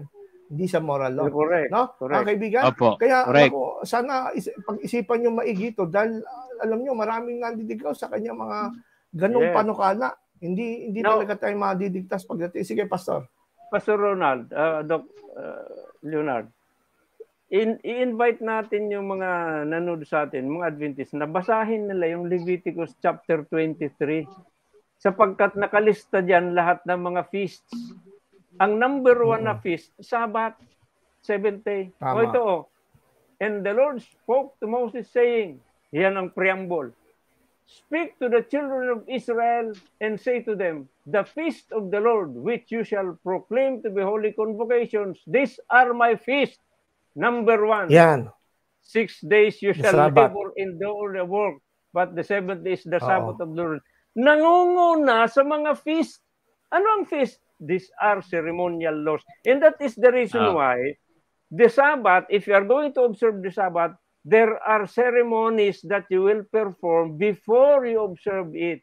Maghahanda ka ng mga offering, mag-mimix ka na ng dough, magkukuha ka ng oil, etc., etc. Now, these are ceremonies to be performed before resting on the 7th day. That is the reason why ceremonial. Now, ang moral law, may ceremonies ba para sundin mo? O kung hindi ka papatay, maliligo ka muna, maghahandog ka muna. Ganun ba yun? Now, moral laws, there are no ceremonies before you can observe it. There's none. Whereas the Sabbath, there are ceremonies to be performed before you can observe it. Kaya kayo, huwag kayong maliligo pag Sabado na, maligo kayo, Biyernes pa. Now, these are ceremonies. And that is the reason why it is ceremonial law. And again, let me repeat, read Leviticus 23 sapagkat nandyan ang lahat na feast na kasulat. Ang number 1 dyan ay 7-day Sabbath. 7-day Sabbath. Kaya maliwanag mga kaibigan, no? Bago tayo tumungo sa ating ikatlong video at huli na sinabi ni Pastor Doug Batchelor, ay atin munang i-summarize ang important points na ating pag-aralan ngayon. Una, naunawa natin na ito palang mga temple rituals na ginagawa sa templo ay mas importante, no? Mas importante kaysa sa araw ng Sabbath, na weekly Sabbath, no? Pati yung mga saserdote nito, busy sila. Dobling kanilang mga hayop na pinapatay. Mas busy sila, mas pagod sila. But they are blameless. Bakit? Kasi mas importante yung kaysa sa Sabbath, no? Kasi mga restrictions na sinasabi ng Sabbath. Tsaka ito pa ang pangalawang punto. Kung yung sabi ni Jesus, kung ang Sabbath ay nasa-set aside ng mga templo at si Jesus Christ ay mas greater kaysa sa temple, di ba? Sabi niya, more greater than the temple is here. Therefore, ang Sabbath ay it was greater si Jesus than the Sabbath. At kung ang templo ay na-set aside, naging obsolete, much more, ang Sabbath mas-set aside. Kaya sabi niya sa Matthew 12:6, yet I say to you that in this place there is one greater than the temple. Remember, merong greater than the temple, and the temple is greater than the Sabbath. Yes. Very greater than the Sabbath na wala, what more yung lesser pa sa temple, which is the Sabbath. Kaya sabi ni Jesus sa verse 8, the Son of Man is the Lord even of the Sabbath. Siya ang Panginoon ng Sabbath. Limitado ang understanding ng mga kapatid nating Adventist pag sinabing Lord of the Sabbath. Ibig sabihin, Lord's Day, siya yung Panginoon ng Sabbath at kailangan niyang sundin, kailangan ito pa rin. Ganun ba ibig sabihin nun, Pastor Dave? Pag sinabing Lord, ang ibig sabihin ng Lord, ikaw ang nagmamanage niyan. Under mo yan. Ibig sabihin ng Lord. If you are Lord of something. Kaya nga yung mga Hudyo, naniniwala na hindi sakop si ang God sa Sabbath rest.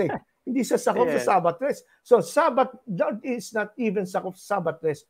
Ang nilabag ng Sabbath, yung Sabbath ng mga Hudyo na bahagi ng Old Covenant kasi nire-ready niya, pine-prepare niya yung mga tao noon sa kanyang pangangaral na mag-focus na at ang maging point of view nila, yung point of view ni Jesus as the Jubilee worker o Sabbath mismo si Christ under the New Covenant, and He is the New Covenant.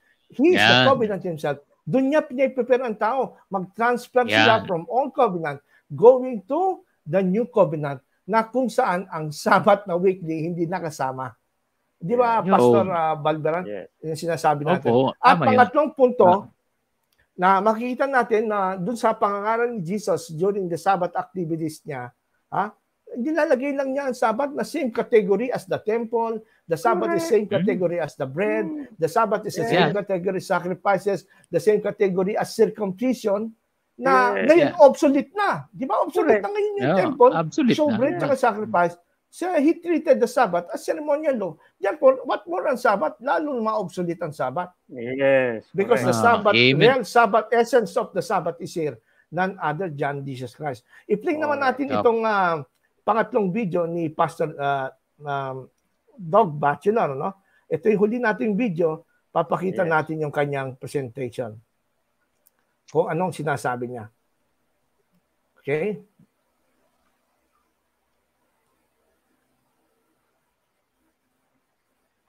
Mentioned, and that's John chapter 9. There's certainly nothing wrong with healing a person. You restore their sight.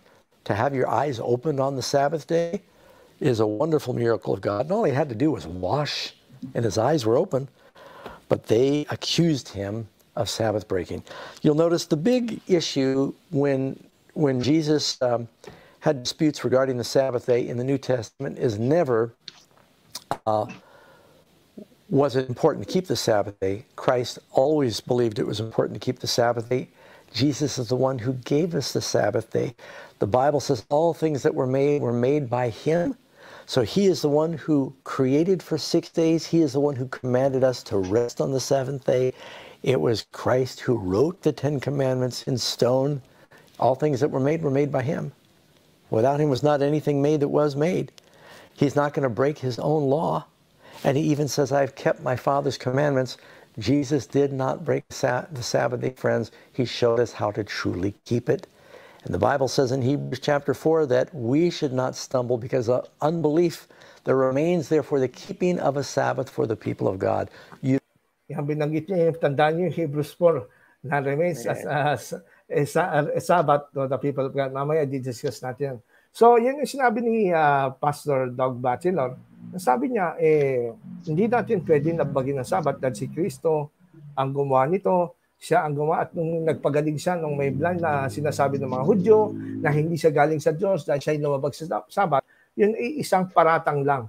Kasi sabi nga naman ng mga Hudyo sa John 9:16, na hindi siya galing sa Diyos. Pero hindi daw totoo yun sapagkat siya ang gumawa ng Sabbath. Hindi niya lalabagin ang Sabbath, ba't siya gagawa tapos lalabagin niya? Ano masasabi niya dito, mga pastor?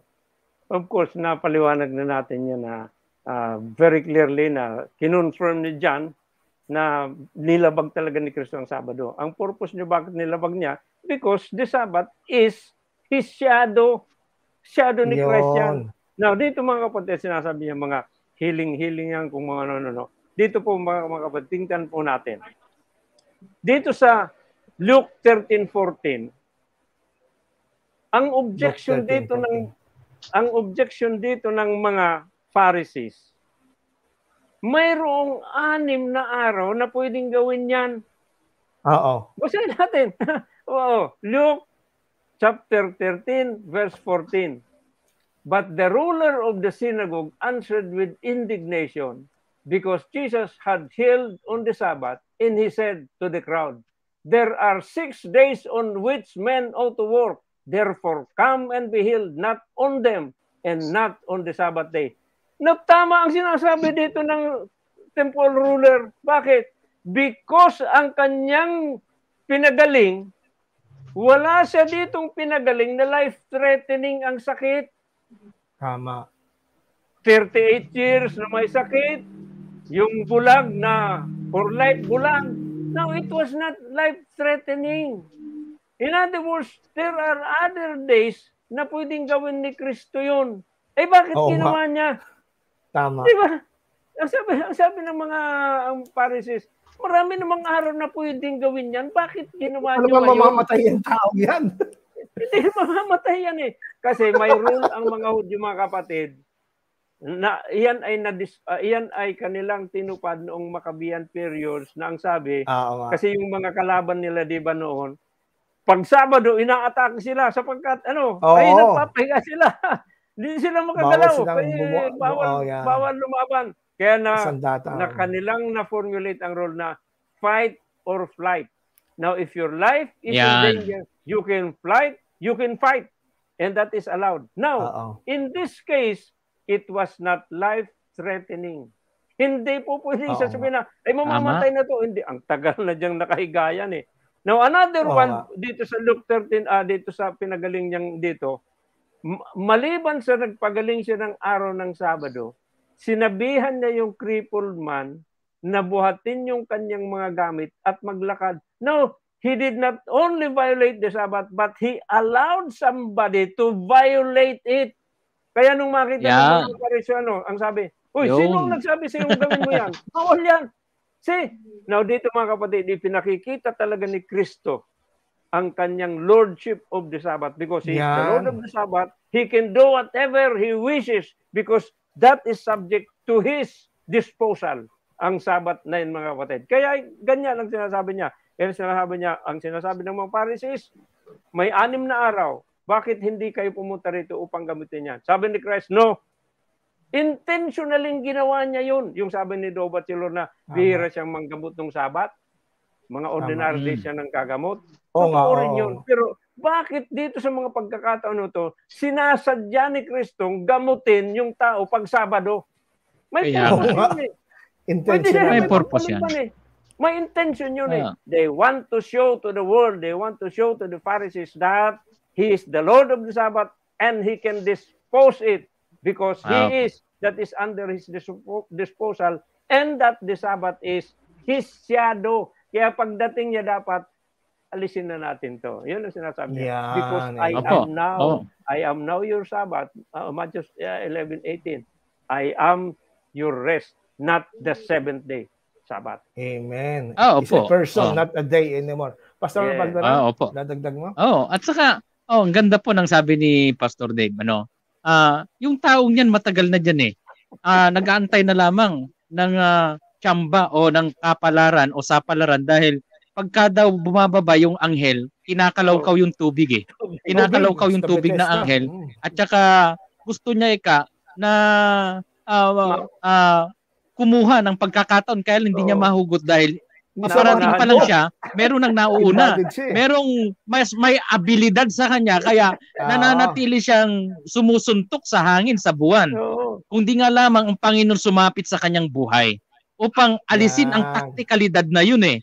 Actually, ang inaalis dyan ng Panginoon talaga yung taktikalidad eh. Yung abilidad kasi pag sinabing taktikalidad, meron kang gagawing effort talaga. Ganon din yung Sabbath keeping eh.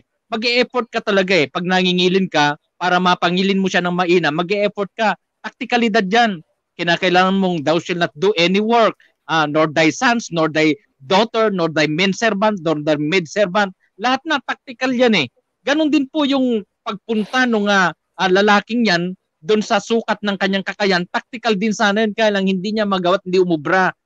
Dahil pagpunta, pagkilos pa lang niya, may nauuna na napupunta doon. Yun ang problema. Kaya habag ang idinating ng Panginoong Hesus sa kanya. At doon, binibreak niya na yung taktikalidad ng kakayahan at abilidad ng lalaking iyon. Ibig sabihin, kalinsabay nung Sabbath breaking na yon, binibreak niya na rin yung pong taktikalidad nung Sabbath na iyon na kung saan may 1, 2, 3, 4, 5, 6, 7. Yung taktikalidad yun, wala na. Doon pa lamang sa point na meron si Jesucristo, nababali na yung taktikalidad kasi yung biyaya sapat na para ipagkaloob niya yung hindi po pwedeng gawin ng kalawkaw ng tubig, gagawin na ni Jesus dahil kamukha ng nabanggit ni Pastor Dave, hindi niya lang pinagaling kundi pinabuhat pa ng kanyang higaan upang dalhin. Ganun po. Ngayon tungkol naman sa sinasabi po ni Pastor Dog Bachelor kasi nilikha sa pamamagitan ng Panginoon ang lahat ng mga bagay. Yun ang sabi niya eh. Kaya dapat lamang nasundin ang Sabat. Napaka-swallow yan, Doc, Pastor Dave. Dahil dito sa Colossus 1, versikulo 16, kung babasahin natin, yung sinabi niya, sapagkat ang lahat ng nasa langit at nasa lupa, nakikita man o hindi, pati ang mga nagahari at namamahala, nota, pati ang mga nagahari at namamahala, ang namumuno at may kapangyarihang espiritual ay pawang nilikha ng Diyos sa pamamagitan niya at para sa Kanya. Ngayon, kinonvert niya ito, maminamahal na kaibigan, dun sa necessity ng Sabat. Ang tawag dyan na out of context na, out of the Columbo na yung kanyang ginawa dyan, ICGCs. Bakit? Kasi kung granting na ganun ang emphasis ng talatang yan, yung mga nag-aral ng hermeneutics, di i-include niya na itong namumuno at may kapangyarihan. Yun daw mga namumulo ay dahil din sa kay Jesucristo, mga nagahari at namumuno. Ang ibig bang sabihin niyan kikilalanin natin bilang nangungobyerno sa atin yung mga lahat ng namumuno at nagahari. Kasi nga sa pamamagitan ni Jesus yon nalikha. Limbawa, yung nagahari sa Saudi Arabia, yung nagahari sa Sri Lanka, yung nagahari sa Nepal, yung nagahari sa ibang mga bansa, ay papaloob tayo doon kasi mula sa Panginoon pala yung paghahari ng mga nasa palibot Dahil ini-emphasis din noon, kalinya, nung sinasabi po ni Dog Bachelor na pati ang Sabat, ay mula sa kanya, kaya dapat sundin ang Sabat. Maliwanag na out of the Columbo po yun, maminamahal. Hindi yun ang emphasis ng talatang iyan. Hindi ini-emphasis ang Sabat dito. Kundi ang sinasabi rito sa Colossus 1:15, si Kristo ang larawan ng Diyos na di nakikita. Ang pinapatunayan dito tinitindig, si Kristo ay Kristo. At siya po ay larawan ng Diyos nang hindi nakikita. Hindi ibig i-emphasize o emphasize dito ang Sabbath keeping. Kasi kung granting na emphasis dito ang Sabbath keeping, i-emphasize din dito na sundin mo rin ang mga namumuno at lahat ng namumuno at nagahari. Nakukuha nyo na po mga tagapakinig. Pag ginawan mo ng emphasis dito ang Sabbath, dapat ang emphasis din nito tungkol din sa namumuno at nagahari. At tayo rin ay mapaloob sa lahat ng namumuno at nagahari. Pero hindi nga ganon ang talata. Sinabi ni Dog Bachelor na dapat magpailalim ng Sabat kasi si Kristo sa pamamagitan niya lahat lumitaw. Pero hindi naman po yun ang ibig pigain at ibig sabihin ng talata. Yan po ay eisegesis ni Dog Bachelor. Yung pong gawing emphasis ang Sabat doon sa Colossus 1 versikulo 16. Yan ay maliwanag na hindi po ayon sa hermeneutic. It doesn't sound hermeneutically. Sorry for that term, maminamahal na kaibigan. Kasi iba ang sinasabi ng talata, hindi yung ibig patunayan ni Dog Bachelor na Sabbath keeping sa Colossus 1, versikulo 16. Okay, salamat Pastor. Balikan natin yung John 5:18 na pinaka-teksto natin sa umagang ito. Therefore the Jews sought all the more to kill him because he not only broke the Sabbath, sa New American Standard Version, sa Greek kasi continuous tense ito continuous tense. Breaking the Sabbath ang talagang nakalagay dyan. Not only breaking, so patuloy niyang ginagawa sa loob ng 3.5 years niyang pangangaral sa lupa. He only not breaking the Sabbath, also said that God was his Father, making himself equal with God. At napagkaisan din natin mga kasama na ito'y salita ni John, Apostle John, na faithful na follower ni Jesus. Sa kanyang pag-unawa, Jesus is breaking not only the Jewish tradition, man-made tradition, but he broke the Sabbath as well as making himself equal with God, parehong tamang statement.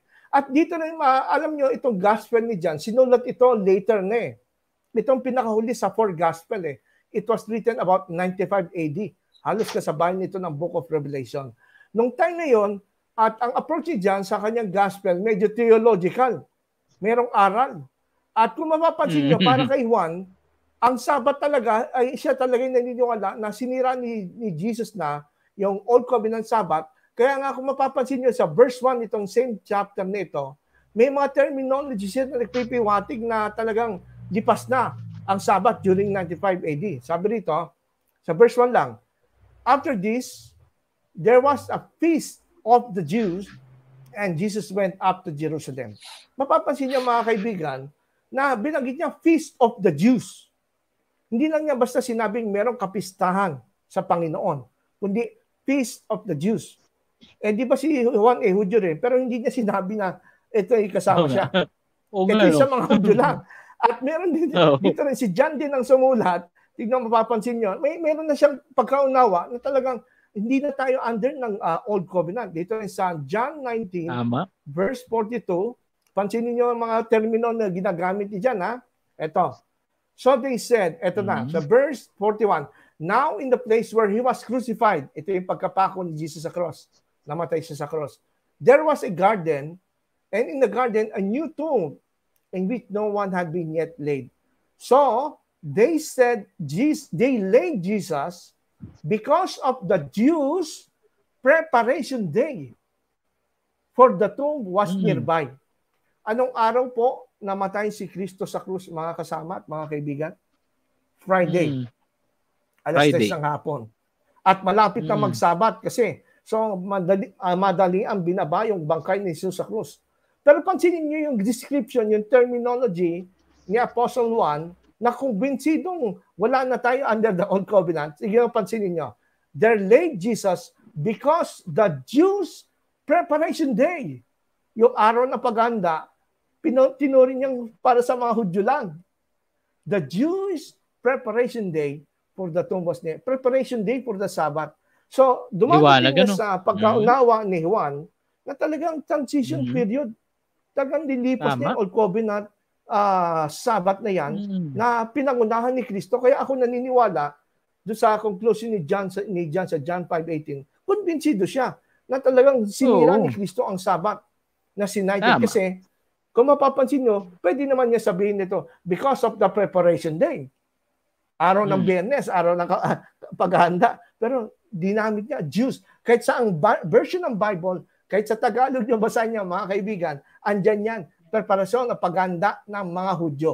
So para kay Juan, isang Kristiyano, at naniniwala kay Jesus na siya na po ang Sabbath, wala nang bisa sa kanya ang Old Covenant Sabbath na weekly Sabbath. Para sa kanya, itong preparation day, paghanda na Biyernes, paghanda sa Sabbath, ay isang Hudyong pamamaraan at paniniwala na lang. Napansin niyo mga kaibigan? Jewish preparation day. Napakahalaga ng point na yan mga kaibigan. Kaya naniniwala si John na isang Kristiyano at naunawaan niya ang ministeryo ni Kristo at jubilation ministry, liberation. Kaya nga mapapansin niyo sa pangangaral ni Jesus, hindi siya nagturo ng instruction kung paano ipangidin yung Sabat eh. May nabasa ba kayo na si Kristo nagbigay ng instruction, ipangidin yung Sabat, ganito, bawal ito, wala. Wala eh. Kasi ang ginawa lang ni Jesus, pinalaya lang sila mula sa mga instructions na mahigpit at mga sacrifices, mga pangingili, mga bawal doon sa Old Covenant Sabbath. So, mga kaibigan, mga Adventist, buksan po ninyo ang inyong mga isip tungkol sa bagay nito. Dito ay nagpapahiwatig na wala. Ngayon, dito tayo sa point ni Bachinor sa Hebrews 4:3. Sabi niya, yung ito daw Sabbath na ito, may natitira pang Sabbath para sa atin. Hindi daw talaga break ni Jesus. Kasi kung break ni Jesus, dapat wala nang sinasabi sa Hebrews 4:9 na there remains therefore a rest for the people of God. Ano masasabi niyan, mga kasama? Ito ba weekly Sabbath ba ito, Pastor Dave? May problemang malaki dito kahit hindi tayo pumunta sa Grego eh. Kahit hindi tayo pumunta sa Grego, basahin na lang natin yung teksto eh. Of course, pinag-aralan natin to. Tayo, Pastor Barberan, we studied this in the seminary. Pinag-aralan natin mga Gregong terminology sa... Hindi ka naman papasa sa seminary pag hindi mo pinag-aralan lahat na Greek terms ng New Testament eh. Now, basahin lang natin dito kahit wala na ng Grego. Verse 8. For if Joshua had given them rest, then he would not afterward have spoken of another day. Verse 9. There remains therefore a rest for the people of God. You see? There remain therefore a rest for the people of God. Hindi sinabing rest day. For he who has entered his rest has himself also ceased from his work as God did from his. Let us therefore be diligent to enter that rest, lest anyone fall after the same example of disobedience. Makikita ninyo rito, hindi araw pinag-uusapan Hindi day, no? Hindi. It does not talk about day.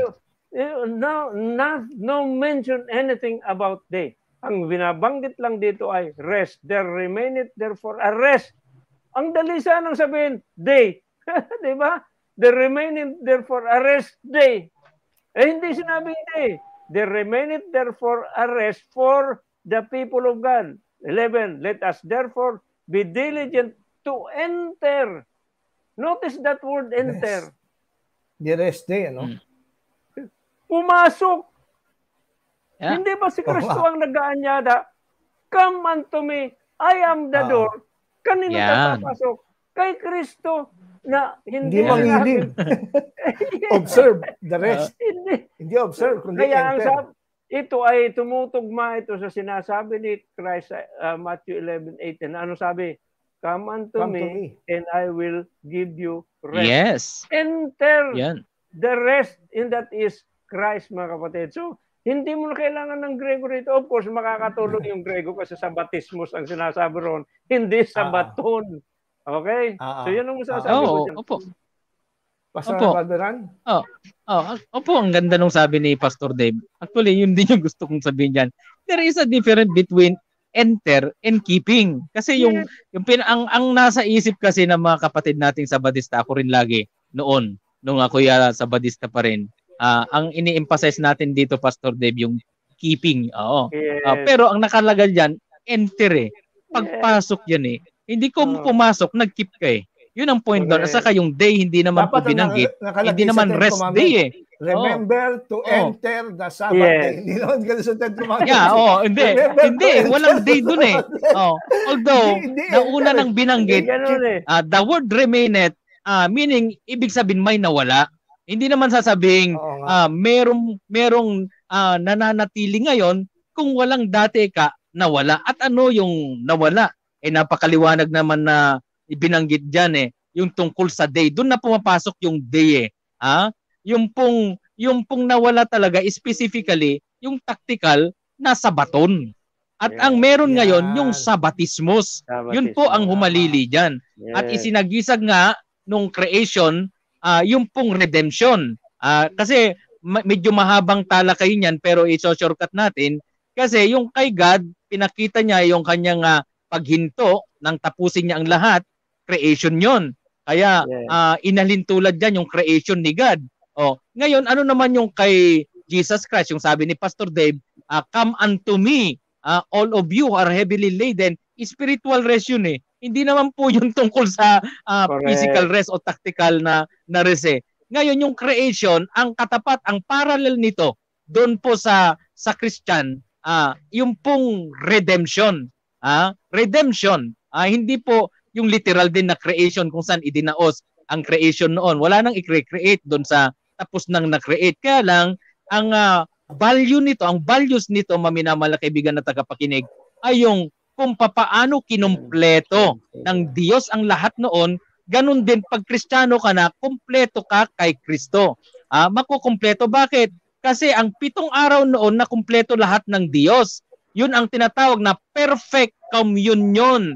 Perfect po na pagkakakumpleto at pagkakahalu-halubiluan ng nilikha ng Panginoon. Ngayon, ganun din po maminamahal na tagapakinig ang iiral pag ikaw ay Kristiyano. Kay Hesus Kristo ay magkakaroon ng kakumpletohan, complete in Jesus. Magkakaroon ka ng kumpleto sa Panginoon Hesus. Nasa dyan sa Colosas 2, versikulo 10. Ang pakikipagkaisa kay Kristo ay nangungumpleto, sabi sa Colosas 2, versikulo 10. Ngayon, pag na kay Kristo, hindi tayo talaga kumpleto physically, pero tayo na ituturing na complete. Kasi ang sabi niya, I am the way, the truth, and the life. Hindi niya sinabing, I have the way, to only note na siya po ay mayroong angki-angkin na way, truth, and life. But he uses, I am. The word is I am, referring to perfection. Pag tinanggap natin yung I am, masasangkot tayo sa ilalim o sa lilim ng kanyang pagkakumpleto. Kaya yung pong pagkakumpleto sa halubiluan,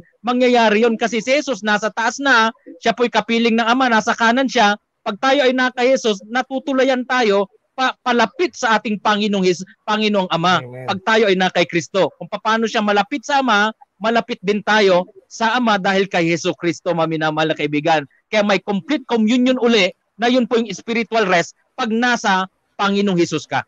Pastor Leonard, Doc Leonard, Pastor Dave. Isa na lang.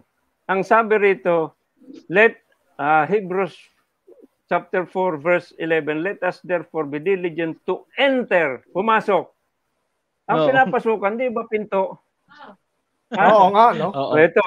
I am the door. Ang sabi rito sa chapter 10 ng John, verse 9, I am the door. The door. Sabi ni Kristo.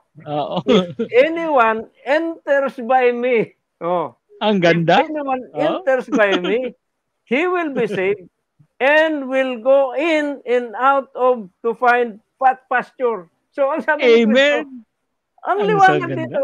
Relate mo dito sa Kuwan, sa 11 sa Kuwan. Let us therefore be diligent to enter the rest. Sabi ni Kristo, come unto me and I will give you rest. Dito naman sa John sabi, si Kristo mismo nagsabi, I am the door. If anyone enters me. So, related lahat, mga kapatid, related. Dito sa Hebrews 4, hindi dito sinasabi ang Sabado, kundi si Kristo rito. Si Kristo po yan. Natin, mga kapatid. Yan. Hindi yung ikapitong araw. Napakaliwanag niya, mga kaibigan, no? At tandaan po ninyo sa context ng Hebrews din, dagdag natin, hindi po 7-day Sabbath ito kasi sinasabi sa verse 3, for we who have believed do enter that rest. Hindi yung magpapahinga ang pag-enter. Ang Sabbath day na weekly 7-day, wala kang gagawin. Rest. Work talaga, wala kang work. Pero sa New Covenant under Jesus Christ, if you want to enter Christ, you have to believe. For he who have believed, do enter that rest. And he has said, so I swore in my wrath, they shall not enter my rest, although the works were finished from the foundation of the world. Kung baka sinasabi dito ng sumulat ng Hebreo, na kahit natapos na likhain ng Diyos, noong ikapitong araw, work, tapos na, finished from the foundation of the world.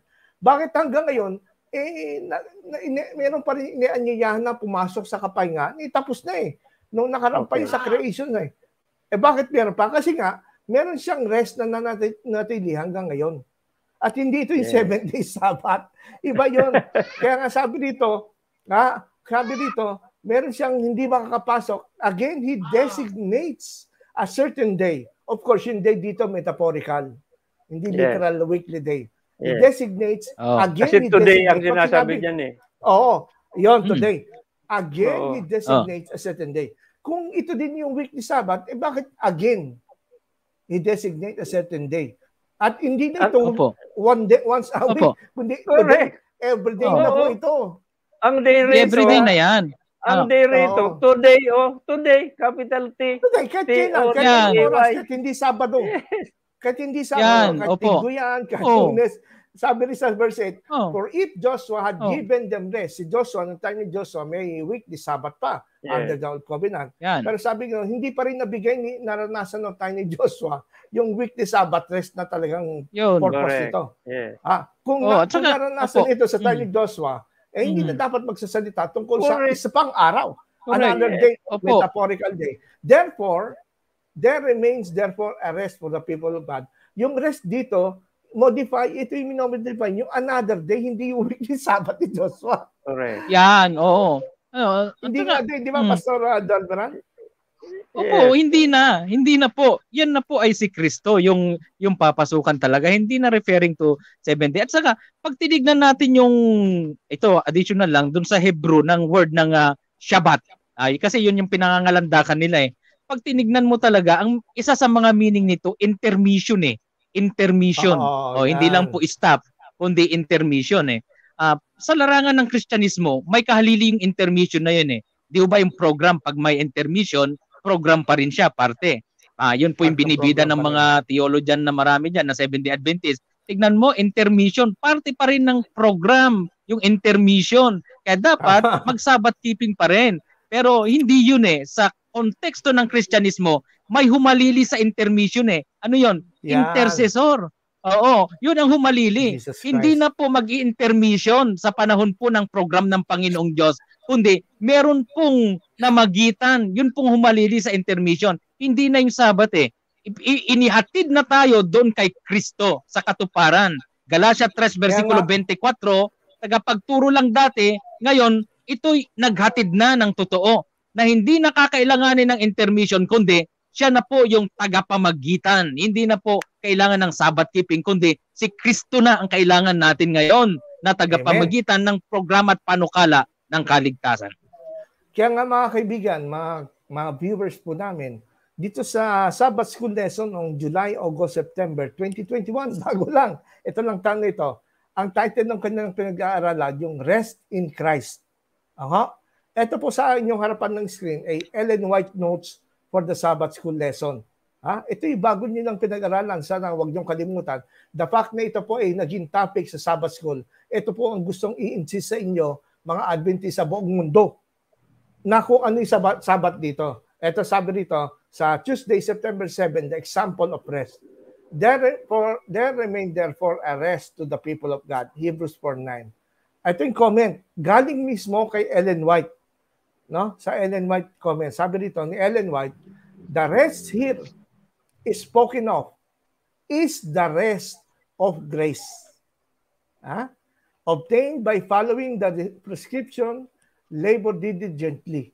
Those who learn of Jesus, hear his meekness and lowliness, find rest in the experience of practicing his lessons. So ito pala yung rest of grace. Ang rest of grace, sabi ni Ellen White, hindi yun yung weekly Sabbath. Ang weekly Sabbath, once a week ka lang mangingilin. Ang rest of grace na kay Kristo, araw-araw. Kaya Amen. Po, ang Happy Sabbatismos na sinabati natin sa ating mga kasama, pag binabati tayong Happy Sabbath, ang bati ng Happy Sabbatismos, hindi lang ting Sabado yun. Araw-araw yun. Kahit din po Happy Sabbatismos po sa inyo. Kasi rest of grace yan. Sabi na mismo ng inyong propeta. Huwag kayong makikinig sa mga layman dyan sa TV, mga layman dyan sa internet, nagtuturo ang Sabat ay lingguan Sabat. Si Doc Bachelor, ang Sabat sa kanya, ang Sabatismo sa weekly Sabat, hindi po totoo. Ang turo ng inyong propeta, this is a rest of grace. Period. Huwag nyo dagdagan, nililito nyo yung mga tao. Okay? So, hindi po sumusuport ito sa Seventh-day Adventist na weekly Sabat. So, yan po ang ating pag-aaral at tayo magko-conclusion na. Okay? Sa ating pag-aaral, nakita natin na the Bible never shows Jesus as teaching people to rest on the Sabbath. Rather, it always shows him liberalizing what could be done. He stressed the importance of doing good on the Sabbath, not only to take care of others' needs, which is healing, but also to take care of one's needs, picking grain to eat and carrying the mat. The New Testament emphasis is on liberty and activity, not rest. Tandaan nyo, yan ang pagkakaiba ng Sabbatismo sa weekly Sabbath. Weekly Sabbath, laging inactivity. Wala kang gagawin. Inactivity sa Ten Commandments. Rest talaga. Pero sa New Covenant, under the Christ, who is our Sabbatismos, liberty from the Old Covenant and activity, not rest. No? At next conclusion natin, Jesus broke the Sinaitic Sabbath ng Old Covenant. But in doing so, he brought redemption and true rest. Yan ang kailangan niya. Hindi pwede magsabay itong dalawa eh. Kailangan sirain yung Old Covenant kasi magkakaroon ng conflict. He has to remove all the Old Covenant Sinaitic Sabbath para sa ganon ay dalhin niya ang totoong meaning. He is the substance. He is the reality of the true rest. And he considered the Sabbath to be a ritual and ceremonial law that pointed forward to the rest and redemption that he would bring. Kaya nga sabi sa Colossians 2:14, mga kaibigan, having wiped out the handwriting of requirements that was against us, which was contrary to us, he has taken it out of the way, having nailed it to the cross. So let no one judge you in food or in drink, or regarding the festival, a new moon, or Sabbaths, which are a shadow, kasama na weekly Sabbath dito, of things to come, but the substance is of Christ. Si Kristo na po ang ating Sabbatismo. Ang Sabbath ngayon ng mga Kristiyano under the New Covenant, hindi na araw, hindi na limitado once a week, kundi ito po ay araw-araw. This is the rest of grace, mga kasama. Ano? Meron kayong parting words, mga kasama? Well, sana na nakapaglingkod tayo sa kanila, naintindihan nila yung ating business ngayon. Kasi ito ang magdadala sa atin sa tunay na paglilingkod sa Diyos. Tama. Apo. Oh. At amen. Alalahanin natin na Jesus was temporarily forgotten at the cross. Nang sabi niya, Eloi, Eloi, lama sabachthani. Bakit mo ako pinabayaan? For us to be remembered thoroughly. Para lamang tayo ma-remember, para masolusyonan na yung remembering the Sabbath day. Remember the Sabbath day. Siya po ay pansamantalang nakalimutan para tayo po ay habang buhay na ma-remember. Na magpasakop tayong lahat, maminamahal, dun sa nakaka-remember pati bilang ng buhok, ang Panginoong Hesukristo, na kung saan siyang master ng remembering. Pag tayo ay nasa Kanya, hindi na tayo kailang magpasakop pa sa Old Covenant dahil tayo po ay meron ng nakaka-remember sa atin. Hindi tayo sa makaka-remember, kundi tayo ay nire-remember lagi ng Panginoong Hesukristo. Amen. Amen. Salamat din po sa ating mga viewers. Babatiin natin. Kagaya po nito si Sister LD Dileg, watching from Southern California. Good morning po, Dr. Ronald, Pastor Dave, and Pastor Donald. Salamat po sa inyong pagsubaybay. Gabi ngayon dyan sa California. At ganun din po si Brother Rolando Ventura from Canada. Ito yung ating mga suki ito na lagi nakikinig sa atin. Ganun po si Brother Totoy Popoy Haresco. Isa siyang 7-day Adventist pero nag-aaral siya ngayon. Ganun din po, binabati natin si Rehum Himbling. Rehum Himbling watching here from Antique. Salamat po sa inyong pagsubaybay at muli po tayo nakapaglingkod. Nawa, dalangin namin sa Panginoon, maunawaan niyo itong ginawa natin pag-aaral at sikapin po natin na tayo po ay maging bukas ang ating isip at mga puso.